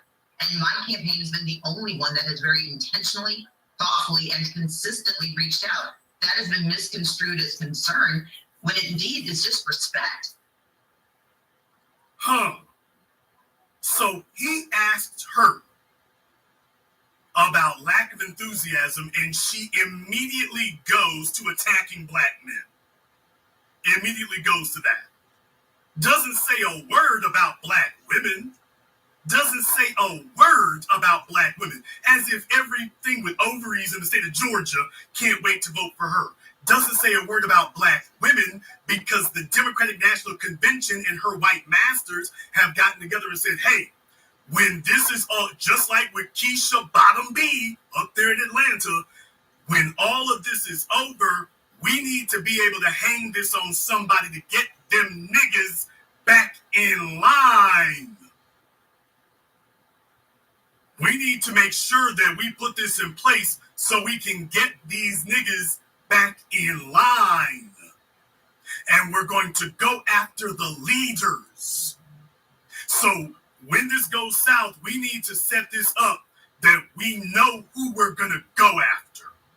So you go out there and make it clear this is on Black men's. This is on Black men's now. If Black men's do what they supposed to do, then everything okay. But if I lose, it's because Black men's ain't doing what they supposed to do. Again, this is a question of who's doing the polling and who's doing the counting. We have seen record turnout. Black men have increased their participation rates by 52% over 2018. And I do not believe it's... Is that an additional 100,000 votes for her? Because of a deep well of enthusiasm for my opponent. We know that Black voters are often discounted. And unfortunately, this year, Black men have been a very targeted population for misinformation. Not misinformation. Targeted by whom for misinformation, Stacey? Who is targeting Black men for, quote, misinformation? Who's trying to do that? She hasn't explained any of that. Who's targeting them, Stacey? Why don't you say it with your chest? With your neck, with your belly, something. Who's targeting Black men for misinformation, ma'am? Why are you and Velshi speaking in these damn code words? Why don't y'all just come out and say, who are these observers? Who is this misinformation? Who is it? Black men have increased their participation rates by 52% over 2018. And I do not believe it's because of a deep well of enthusiasm for my opponent. We know that Black voters are often discounted.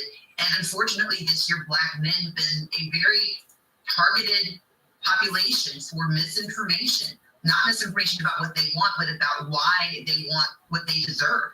And my campaign has been the only one that has very intentionally, thoughtfully, and consistently reached out. That has been misconstrued as concern, when it indeed is just respect. I know I'm not entitled to a single vote. I've got to work for every vote I get. And I've worked very hard to engage single vote. I've got to work for every vote I get. And Okay. I see. Black power. All right. I worked very hard to engage Black voters because I know that they are the cornerstone of victory in the state of Georgia, and I was not going to leave a single stone unturned. So they're a cornerstone of victory, and they were the target of a lot of voter suppression. For a lot of Americans, She says she's going to work hard for every vote. Meanwhile, when you ask her what she's going to do, well, minorities, people of color, disenfranchised communities, all Georgians, I'm going to work very hard for Black folk to make sure that all Georgians, everybody out here, disenfranchised communities, communities of color, minorities, LGBT, illegal aliens. Hey, where's my Black support? Your Black support left when you started supporting everybody else. So if you all are worried right now, if you all are wondering how Stacey is feeling, this right here is a lie. I just want you to understand, this is a lie. She feels confident. Folks, she's not stupid. 538. There's a reason why they're citing 538. 538 is not some right-wing think tank. There's a reason that they're saying that. The numbers are coming in and folks are like, Stacey, there's issues. There's issues. Raphael Warnock is neck and neck with Herschel Damn Me Stumbler. I can't say Herschel is a walker. He's more like stumbling. Come on now. Where did they do that at? So it's coming to the 11th hour. The black vote should be in hand. But Stacey is saying a metaphor. Black men. And she's saying black men because she doesn't want to have to say the black vote. So what the Democrats have decided is, well, let's see if we can just make it look like it's just a small part of black society. It's just these men who just don't want to do right. And let's see if there's enough mama's boys who will knuckle under. She doesn't want to have to say it's not just black men.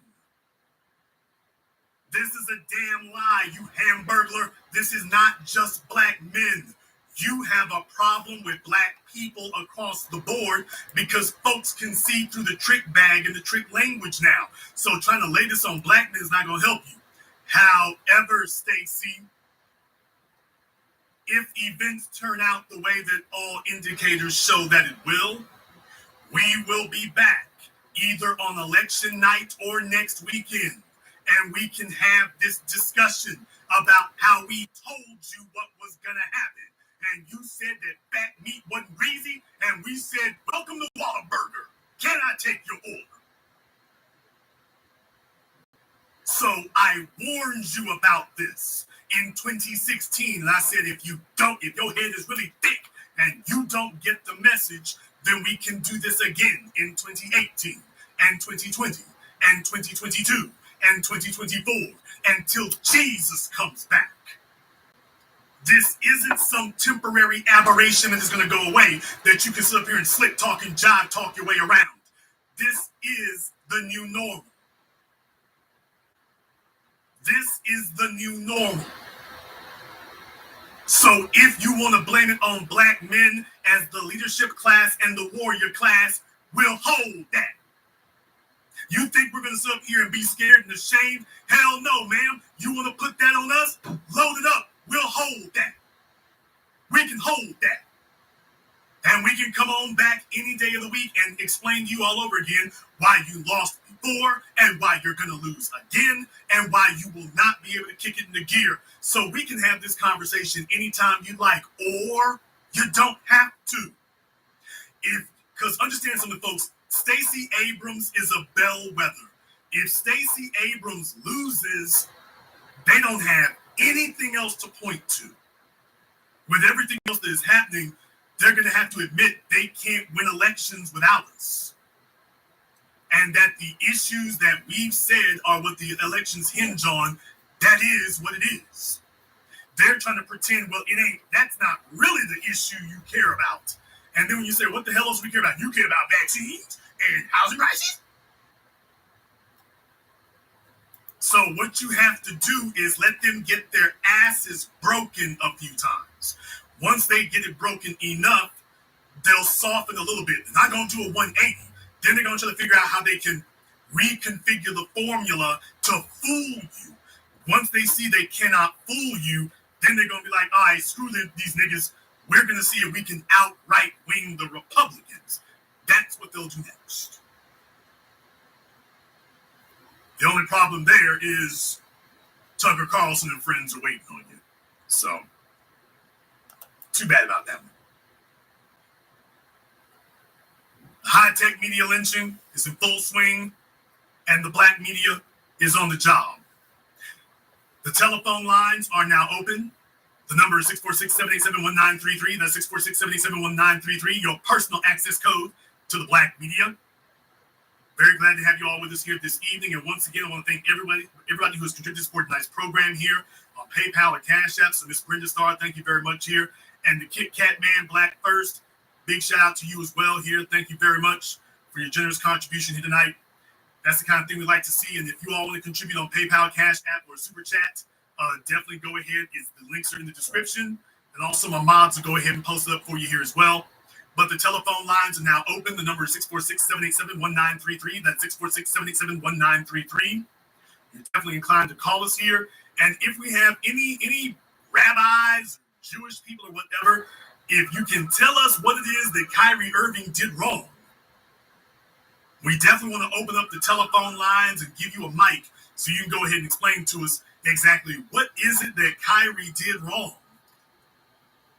What is it that he said that was anti-Semitic, that was anti-Jewish? Tell us exactly what it was, not inferences. Tell us this is exactly what it was so that we can all have a very clear, common frame of reference for exactly what the problem is. All you have to do is, if you're in the chat room and you've been listening or whatever, all you got to do is tell my mods you want to speak. All you got to do is tell my mods you want to speak. Let them know. Let them know you want to talk, and we'll make sure that you're bumped to the front of the line. So you don't have to worry about being heard. The telephone number is 646-787-1933. That's 646-787-1933. Telephone lines are now open. Let me go ahead and see if we can grab a few phone calls here. Let me get caller from area code 347. You're on live with the Black Channel. What's your name? Where are you calling from? Hello, this is Stephen calling from the Bronx, sir. Stephen from the Bronx, what's on your mind? And I've been waiting to give you a call because you're right. What did Kyrie do wrong? He didn't do anything wrong. And I think that he should actually sue the Nets for like $50 or $100 million because he didn't do anything wrong at all. He posted a link to a film, and that's it. That's no grounds for anything. He's got a case there. He should not be able to, to buckle down. And the only thing he's saying is that he's an Israelite, which we are, but we don't know. They want him to be a Christian, and there are no Christians in the Bible. It's all made up. That's the slave master religion. Well, definitely they want to make an example of him. That's the most important thing. They want to make an example. Thank you very much for giving us a call. Let me get caller area code 571. You're on live with the Black Channel. What's your name? Where are you calling from? My name is Shakir. I'm calling from Arlington, Virginia. My Shakir from Arlington. What's on your mind? Yeah, I had written in the chat that if I was Kyrie, that I would sue the Nets and the league too. But anyway, these Hebrew Israelites, let me tell you, man, they believe that these Mexicans, they're all teamed up with them. And I heard you say something that they were on the outskirts of the Greeks, affair. See, that's the problem with us. We get on all these different pages, and it's just disgusting. I'll end my plane. Thank you very much for giving us a call here. Like I say, they were at the edge of things. It wasn't like they were in the middle of it. They were off in a little corner by themselves. So it was far from being anything of any significance. However, it's just the principle thing. Just the point of it was really a thing right there. But it's good. Fly your banners openly. I've always told you I'd rather have an honest enemy than a false friend. So fly your banner openly. Fly your banner openly, put it up in the air. Let me get caller from area code 954. You're on live with the Black Channel. What's your name? Where are you calling from? Yes, brother Rondé. Aloha. Hope you're in good health and spirits, man. All right, Rondé, what's on your mind? It's who we, yes, sir, brother. It's who we support and who supports us, or at least say they do. What our people are going through right now and at this time over this foolishness is that we cannot support any more of these cats. They're on their own. And what you've brought out, you and I had our differences, but we're on code on this for real. And what bothers me is that our people, if we don't have word, conviction, courage, and being on code, none of this means nothing. If you guys are going to go back and punk out and apologize, and this is going from Kanye, Kyrie, Kamala Harris, Ice Cube, a bunch of others that are out there. You know, if you're gonna punk out and do this, we don't need you. If our people. Thank you very much for giving us a call, folks. Keep it short now. Let me get caller area code 469. You're on live with the Black Channel. What's your name? Where you calling from? This is Thomas calling from Dallas, Texas. Thomas from Dallas. What's on your mind? Yeah, Jason. This is exactly what they did on the plantation. They would take one man and tie him to a tree and buck break in front of another slave. This is exactly what they're doing to Kyrie right now. They absolutely did nothing to deserve what he did right. So it's just a public buck breaking right now. And what they didn't expect that the new black media was going to be on their back this weekend. I mean, that was an amazing display of black people coming together from the new black media, let them know that we're not going to stop what we're doing. We're going to keep on pushing forward with the reparations talk. And they throwing everything but kitchen sink at us at this point. So I advise every black person, Foundation Black America, stay to keep your head up, because the fight is not going to be easy. Thank you, Jason. Thank you very much for giving us a call here tonight. Let me get caller from area code 240. You're on live with the Black Channel. What's your name? Where you calling from? What's going on? This is Clay from Tacoma Park, Maryland. Clay from Tacoma Park. What's on your mind? Yeah, I just wanted to say, first off, it was a very beautiful reparations rally. I was there myself. And I just wanted to say, me personally, I don't really like the lynchings that they're trying to do with Kyrie. I personally think that is blown totally out of proportion. And then the person who's giving him the question was trying to say that he was endorsing the book, he endorsing the movie. And like he said, he wasn't even endorsing the movie. And I just had one question before I land my plane. The question I had was, Jews, just they want to be labeled as a race. Why don't we just label them as a race and just throw them in as for the along with the white supremacists for all the crayon eating niggas who don't understand? Because we already have that. You got to understand, like when you use terms like Jewish and whatnot, and I had Morris Levin, who was in my first documentary, 7 a.m., and I asked him about that. And, he had pointed out a statistic that's very, very true, that, Jewish people are the most likely to date and marry outside of their race. So when you consider it to be a separate race, but the real thing is, and I was like, but you're white people, to which he said, my white friends tell me that all the time.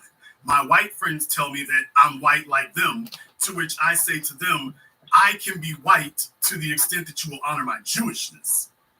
So what you're looking at is an ethnicity, but the racial issues already been taken care of. Yeah, they are white. And here's the real thing. When it comes time to lock arms and when it comes time to carry the banner for white supremacy, that's what the thing you have to watch out. Are you looking at elements that do that? And when it comes time to that, you start seeing it's like, okay, well, no, it's all white supremacy when you get down to it. Thank you very much for giving us a call. Now let me get caller area code 773. You're on live with the Black Channel. What's your name? Where you calling from? Oh, yes, Jason. This is Taryn from Chicago, Illinois. Taryn from Chicago. What's on your mind? Oh, well, let's think of that, Jason. It goes all the way back to him not taking the shot. The C, I don't want to say it. It's called the C shot. He didn't take the shot. They tried to give him an ass whooping to let him know, niggas, you out of line. You need to stay in line or we're going to get your ass. He didn't say anything. He didn't do anything wrong or anything out of pocket. He just posted a fucking link, bruh. That's all he did. What the fuck? What's going on over here? I mean, that's the whole reason for it, is to show, yes, we can be that bold. Lynching is a bold act. I didn't say it's courageous. I didn't say that. Lynching is a bold act. Lynching is for the purposes of getting a lot of attention. It's for the purposes of being out front. Lynching is a bold thing. You do it for the purposes of getting attention. You do it for the purposes of checking people. So it's got to be bold. When you're dealing with someone who has demonstrated that they're not going to get in line, that they're going to do it in high-profile ways, that you told everybody in clear, no uncertain terms what they were supposed to do. And then you got this one fella here. Every time we keep checking back, he's not dancing the way he's supposed to. So it's like, okay, now, and plus he's high profile. He's not some low level dude. Everybody knows who Kyrie Irving is. Everybody. So you're dealing with a Kaepernick situation all over again. You're dealing with Kaepernick all over again. So what do? So they're like, okay, this isn't going to be the most pleasant thing, but we got to make an example of him. And it'll be good to make an example because this will show the rest of them. Because the NBA is not filled with a bunch of dudes who got heart. They didn't get to the NBA because they stand-up dudes. They didn't get to the NBA because they solid dudes. There's a few solid dudes in the NBA, but you don't get to the NBA by being solid. If you're solid and you're in the NBA, that's a fluke.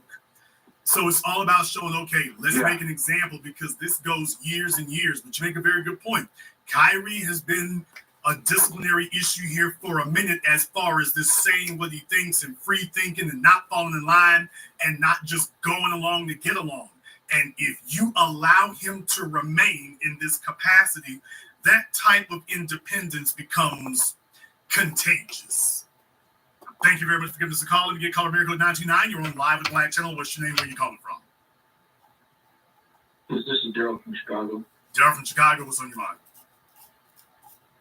Jason, I totally agree with what you just said. It's really, really something when, you have a situation where you're targeting somebody and, you said this on numerous amount of broadcasts that they're going to be targeting entertainers and the athletes. They said, don't think that for 1 minute that they ain't going to do it because they will. And this is just a classic example of it. But when you stand up for your rights and you're not being butt broken like that, they don't like that. You know that. And that's been shown throughout time. And this is just another classic example of him standing up for himself, trying to do the right thing. And he didn't do anything anyway. So what's the problem? What's the issue? Well, that's the question I keep asking. Thank you very much for giving us a call. Let me get caller from area code 425. You're on live with the Black Channel. What's your name? Where are you calling from?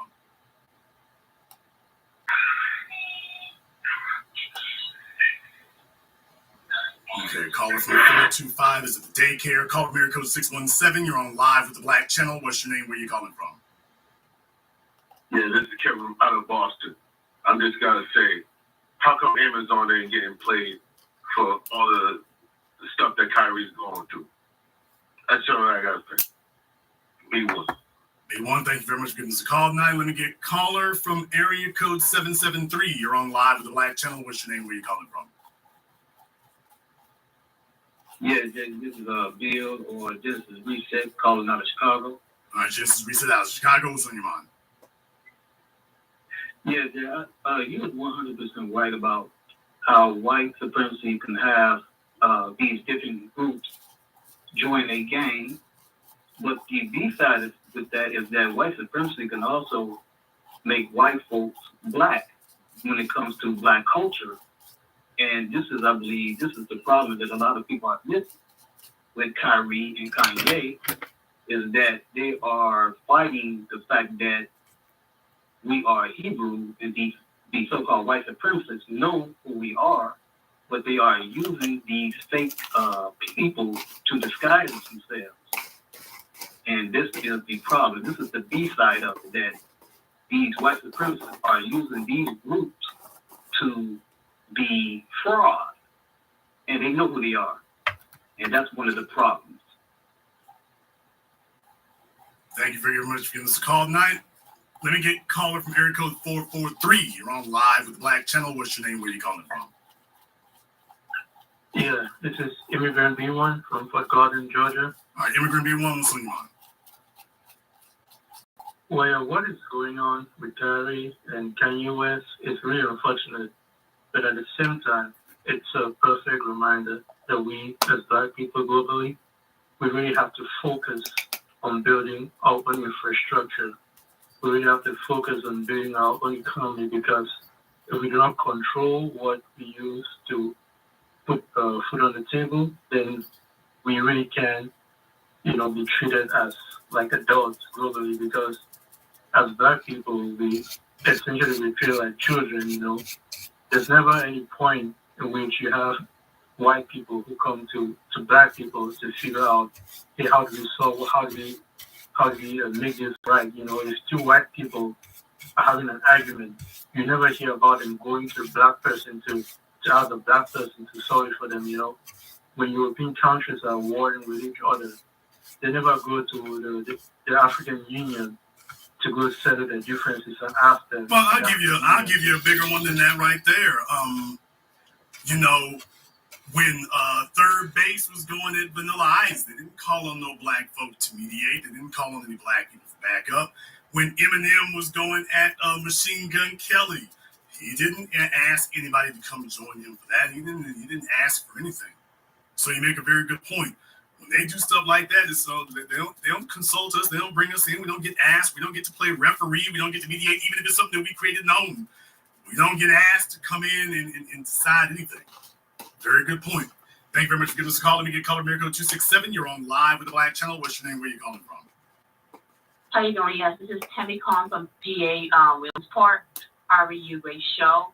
I would like to make a comment about Kanye and Kyrie. So, you know, what I'm noticing is a lot of black people with power, when they put their necks out there to speak out on anything. Rather, I will tell you right now, I don't care too much for celebrities, but you see people encourage them to do a very daring thing that might hurt their career, but these same black people would not financially support them when they come into a situation like right now where they're hurting their finance. For instance, there was a guy of the name of Irritated Genie. He did a lot of things for black people, particularly in Delaware, where somebody was actually lynched. This guy did amazing work, but nobody actually financially supported him enough that he can carry out his whatever he was doing. They started shutting him down from different media. They revoked him from traveling that he was going and doing lectures in African countries. And it's very sad because some of these people put their necks out there now, even though live, but people don't come to support them. And if you're gonna provoke somebody to do something, at least have their back financially or some type of way, so that way when they do fall, you happen to fall on. Okay.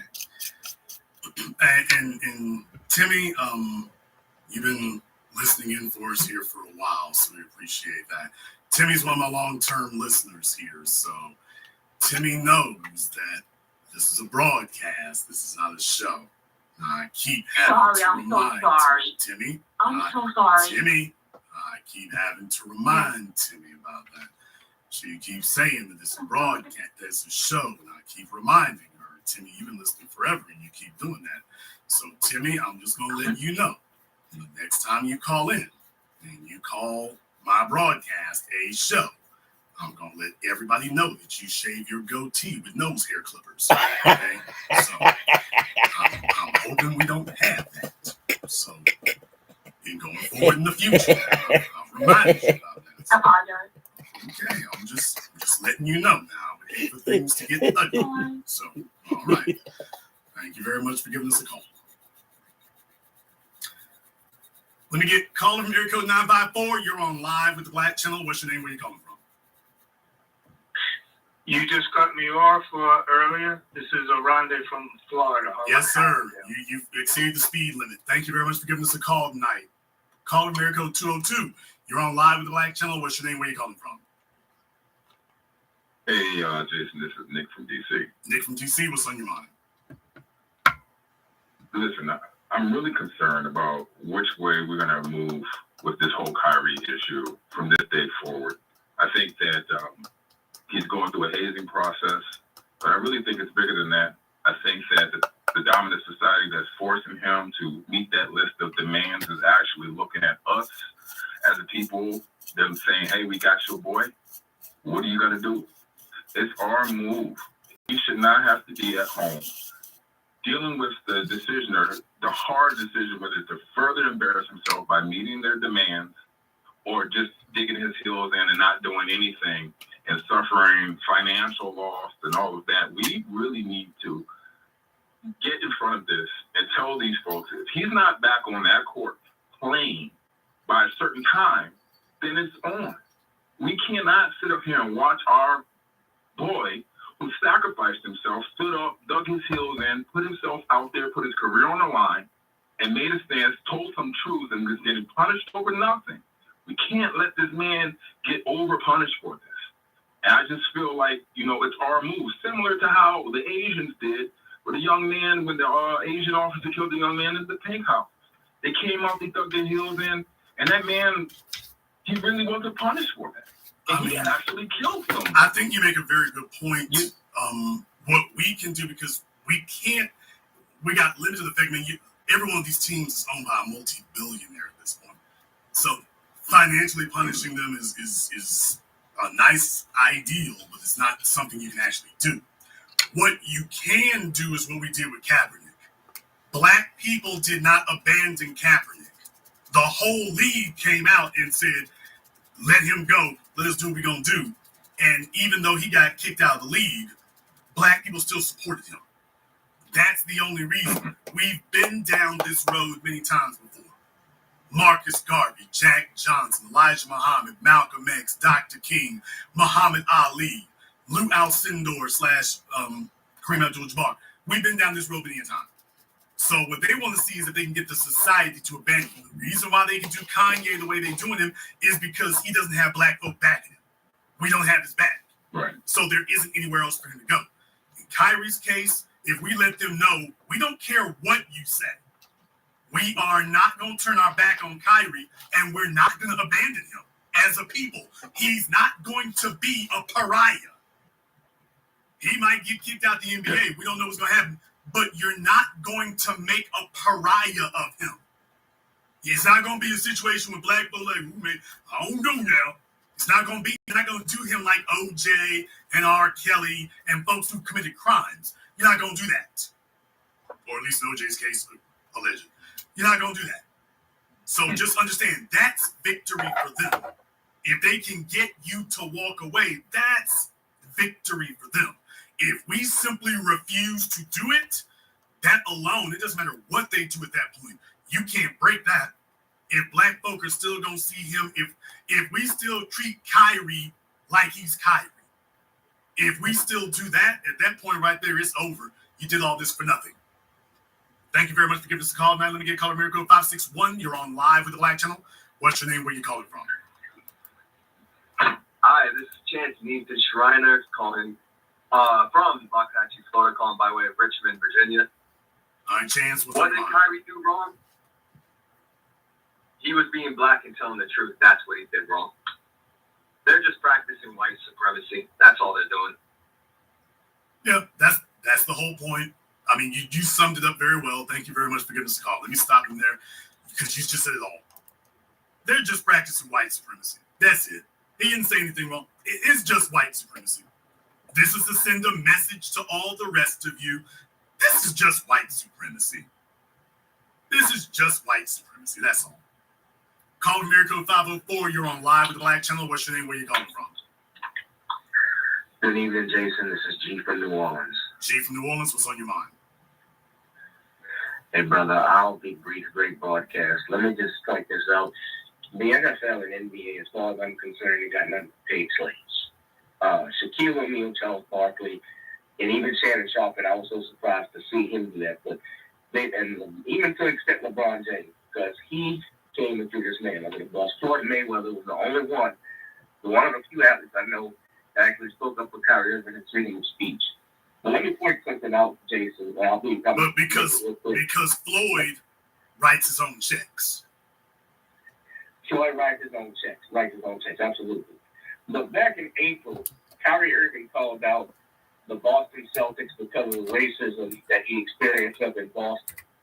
And I'll never forget, and you can look this up, Shaquille O'Neal actually said that Kyrie Irving should stop whining because Bill Russell went through the same thing. Usher, if Bill Russell got out of line.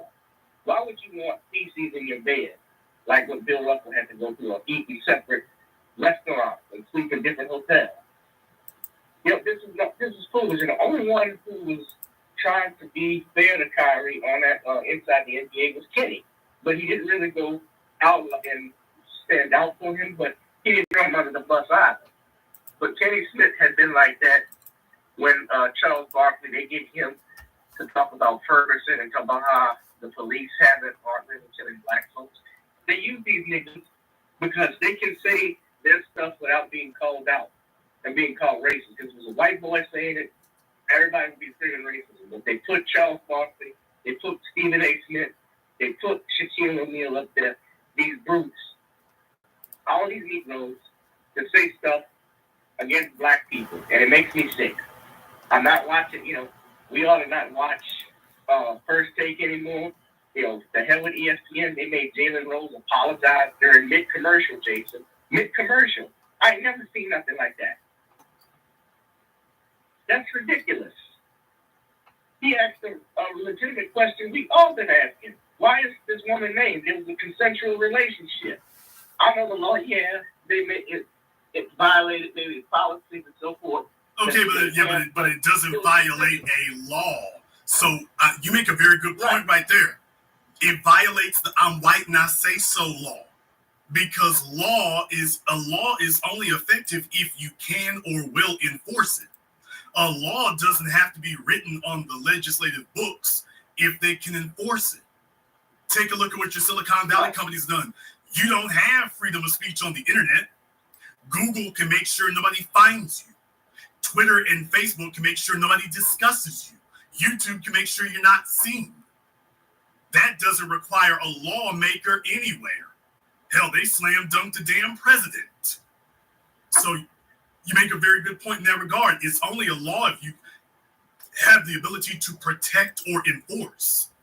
It's not a law if you can't protect or enforce and protect the people or enforce it. So what they're showing you is, we'll write a new rule. You can't do that, and we're white and we say so, and we can interrupt a commercial break. That's the other thing. They want to show how much power they have to do that. Hey, watch us do this in the middle of a commercial break. We control your audio. We control your video. We control the horizontal. We control the vertical. Remember that old saying? We control every aspect of this. We can stop reality mid-time and make you say whatever we want to say. What they doing, brother, is they flexing. They're being bold with it. Take a look at how we call that. Wait a minute, y'all stop in the middle of a damn commercial break to make him apologize. Then okay, let's go back to commercials. That's to show you that this is what we can do. We gonna be bold and upfront and in your face. Yeah, we did it. We're sending you a message. You can't send a message if it's open to interpretation. I want black folks to understand that. It's not a message or a threat if it's still open to interpretation. When there's no uncertainty about it, when everybody is clear and understands what this was about, that's how you send a message. This is about the slave masters coming back and taking the name. But brother Kyrie, I hope he stays strong. You know what he could do actually, Jason? He could quit the NBA and join Ice Cube's league. I would do that, but tell him to kiss my ass to go to meet with people and pay money for something I didn't even do. I shared a movie link. If I shared the link to Dama on Netflix, that means I'm endorsing cannibalism. Get the hell out of here.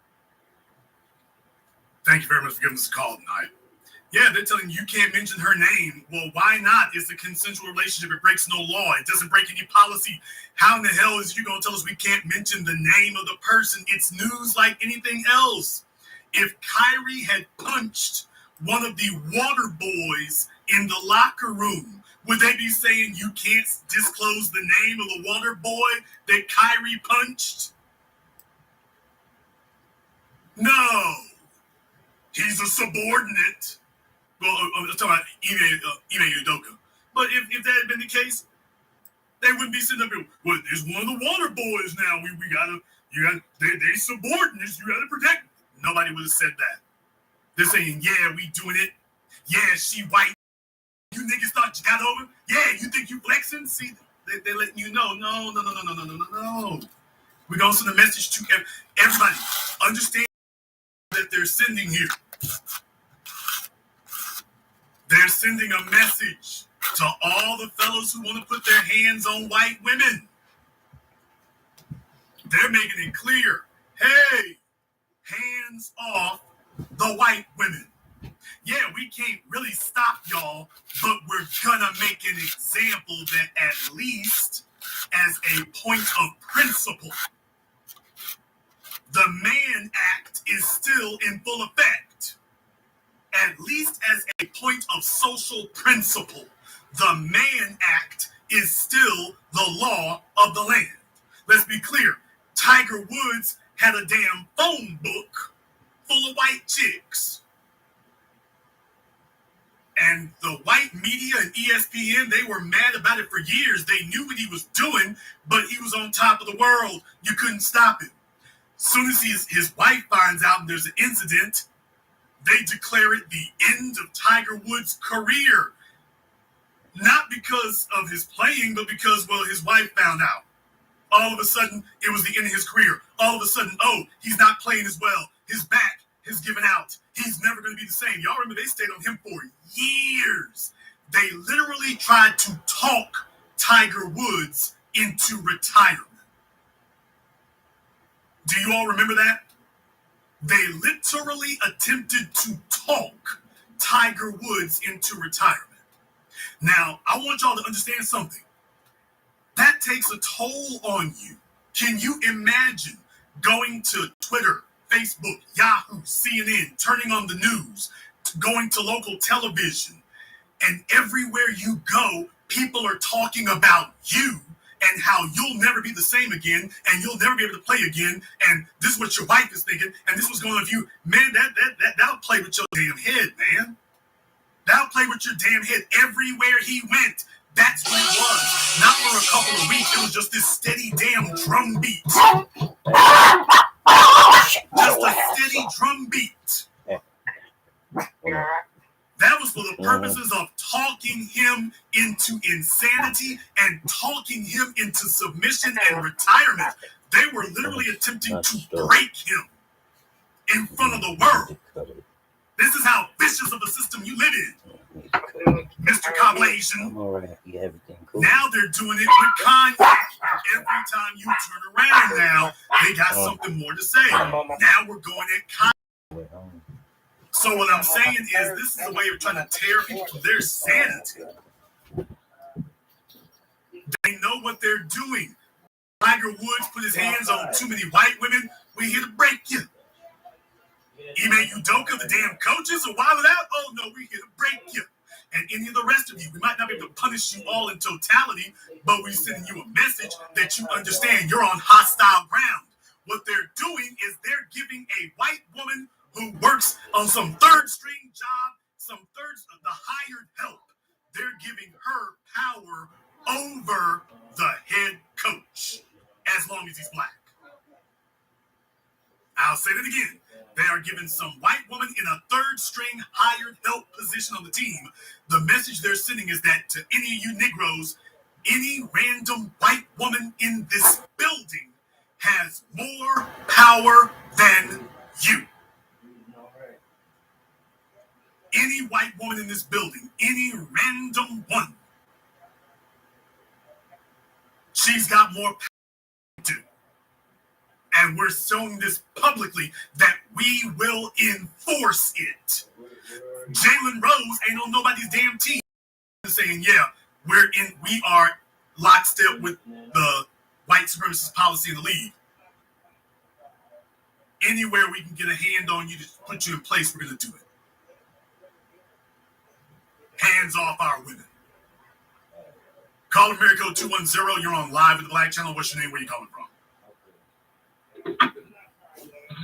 Hello, Jason. This is Tony from San Antonio. Tony from San Antonio. What's on your mind? Okay.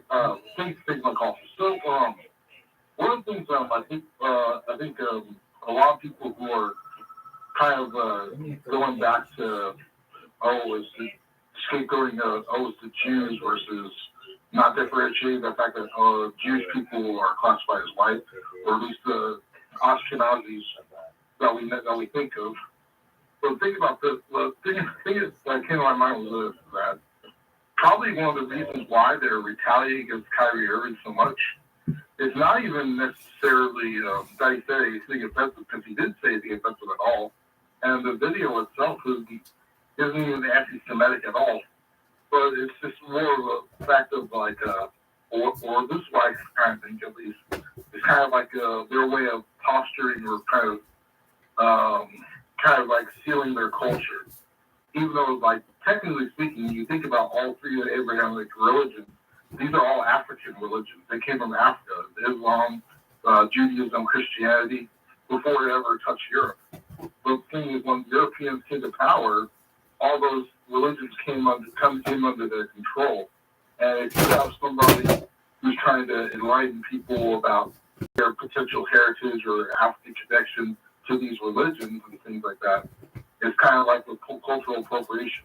If people are able to, other people are able to take a hold of a culture or a system that you either acquired or controlled or created, then you're going to lose your power. Well, I mean, at this point now, it's not about religion, though, because if this were about religion, we'd be having a religious discussion.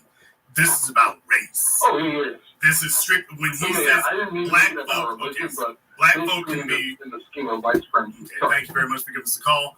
Definitely, black folk is soon. The only real issue here is once black people enter the discussion. If their objection to it is really about religion, we'd be having a different discussion. Their objection is about race, and what they're showing is, hey, do we have a group of white people that we can use as our bludgeon to be able to go after black folk? Do we have one? And what they're telling you is, yeah, we found one. We found one. Don't have a bunch of them, but we got one. Well, see if we can work that. Call of Miracle 314. You're on Live with the Black Channel. What's your name? Where you calling from? Hello, my name is Michelle. I'm calling from St. Louis, Missouri. Thank you, Jason, for having me on. I purchased this film yesterday, and I watched it. I didn't see any tropes. I didn't see anything wrong with it. All I saw is an expose on black culture and lineage with documentation, with documented references. And by these folks who are on admission, they never even watched the film. So as far as I'm concerned, the outrage that they're exuding, exhibiting, displaying is fake.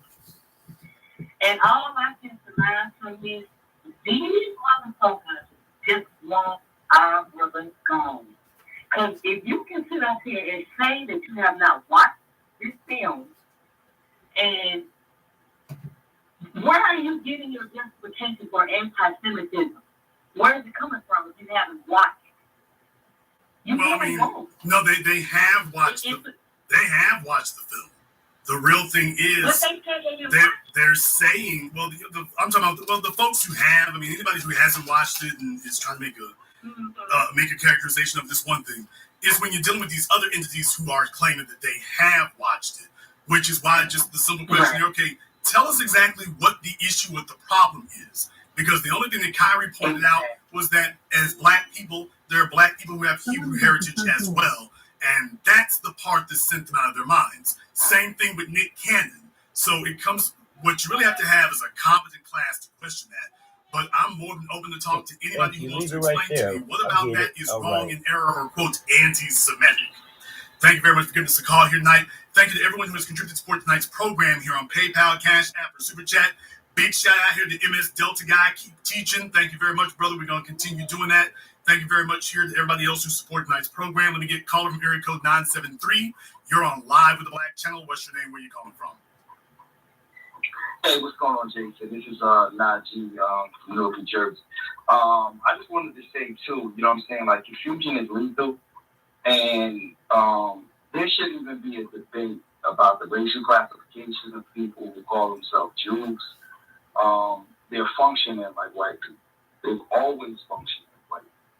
I have a Black American great grandfather who passed away. I didn't know him well, but he was a rabbi, and I expressed, not even in detail, a long conversation with another white ethnic Jewish person that, my grandfather was a rabbi. So anytime there was a Jewish holiday, he would condescendingly bring up my grandfather's being a part of the Jewish religion. Also to kind of like have gotcha moments to test my knowledge. And I had to pause. I said, let me tell you something. I'm not Jewish. My great grandfather was a rabbi. He was Jewish. I have no knowledge of that. He was functioning like a white person. And the contradiction out of all this is real crazy because I was looking at Netflix and I just seen countless documentaries about Adolf Hitler. It was to the point where I'm like, do they really hate Hitler? Because it seems more or less like a celebration of sorts. No. What it is they understand their enemies. They also understand that they want their enemies to become your enemies. The only way you can do that is if you are very clearly and persistently stating what it is that these folk did to you that's wrong. That's why you see nonstop movies about it, nonstop documentaries. They're very smart about that. They haven't let the world forget who their enemies are. They examine it from every single possible degree. But the real thing is, as long as you are still mentioning Hitler and the Holocaust, then you are keeping it alive and you're keeping it in the forefront. Not a problem at all.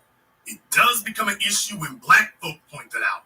And then all of a sudden, you got people telling us that, well, we don't need to keep bringing those things up. Thank you very much for giving us a call tonight. Let me get caller from area code 609. You're on Live with the Black Channel. What's your name? Where are you calling from?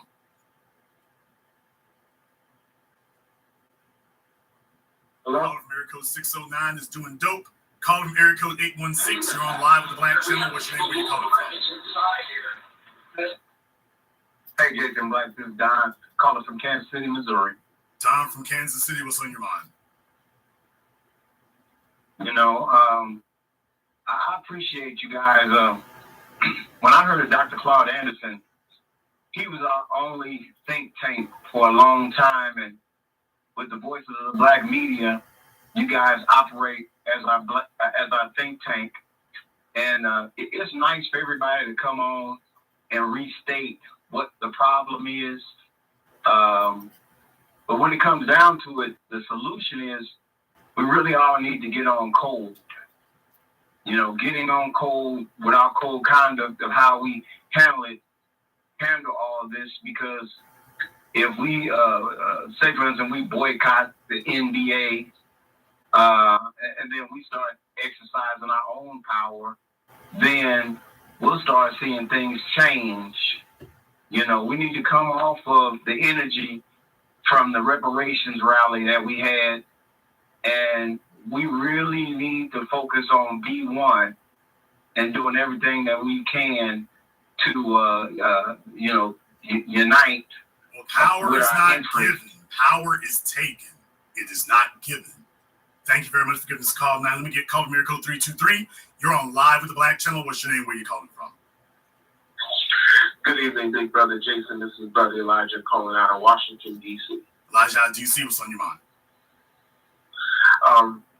Brother, thank you for tonight and yesterday's broadcast. Excellent. I was at the rally myself.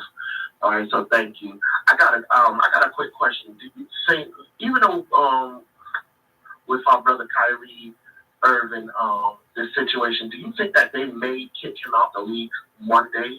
Yes. Because it's the second time he's had a problem. Yeah, that's the reason why in his case, I don't endorse doing any groveling or anything, because they've already made their decision one way or the other.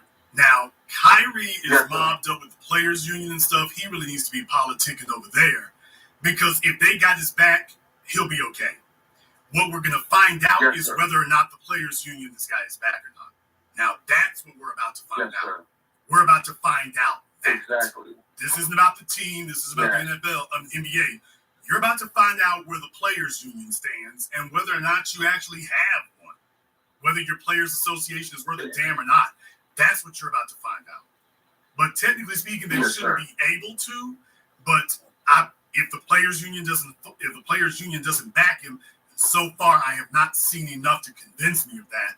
Then yeah, they can get away with something like that. Thank you very much for giving us a call here tonight. Well, so far I haven't had anybody call up to go ahead and dispute that for me, so I'm just going to take it that either they're out to lunch or they are just unable to dispute it. High-tech lynching, everybody. It's high-tech media lynching. That's exactly what we're warning you here about here. Going into the 21st century, I warned everybody that their white supremacy is trying to rally the wagons and solidify itself for the next 500 years. And now they are pulling out a more sophisticated set of tools. You can't be an unsophisticated individual dealing with a sophisticated set of tools. You'll fall into the trick bag each and every time. Your job is to be smarter than them, not to keep saying the same damn thing and hoping it starts working. You have to be smarter than that. We're going to go ahead and wrap up tonight's program here, though. I want to thank everybody who's called in. If you are new here to the Black Channel, welcome to the Haven of Intelligent Black Thought. We do this every weekend. Click that red subscribe button. Click that yellow notification bell. Make sure that you are still subscribed to the channel because YouTube involuntarily unsubscribes people all the time. So check and make sure that you're still subscribed here to the channel. And if you haven't been to our website, blackchannelfilms.com, you can check out our documentary work, Black Approved. 7 a.m. Gentrified, Race War, all available on DVD, on streaming, and on Amazon, by the way. Go to Black Channel, no controversy about it just yet. But go to blackchannelfilms.com. That is blackchannelfilms.com. I want to thank all of you for joining us here tonight. Thank you to each and every person who has contributed to tonight's program on PayPal, Cash App, or Super Chat. And this concludes tonight's broadcast of the Black Channel. I am your host, your brother, your humble servant for Black Authority. And until next time, my brothers and my sisters from around the world, remember, Black is the future, and the future is uncompromising.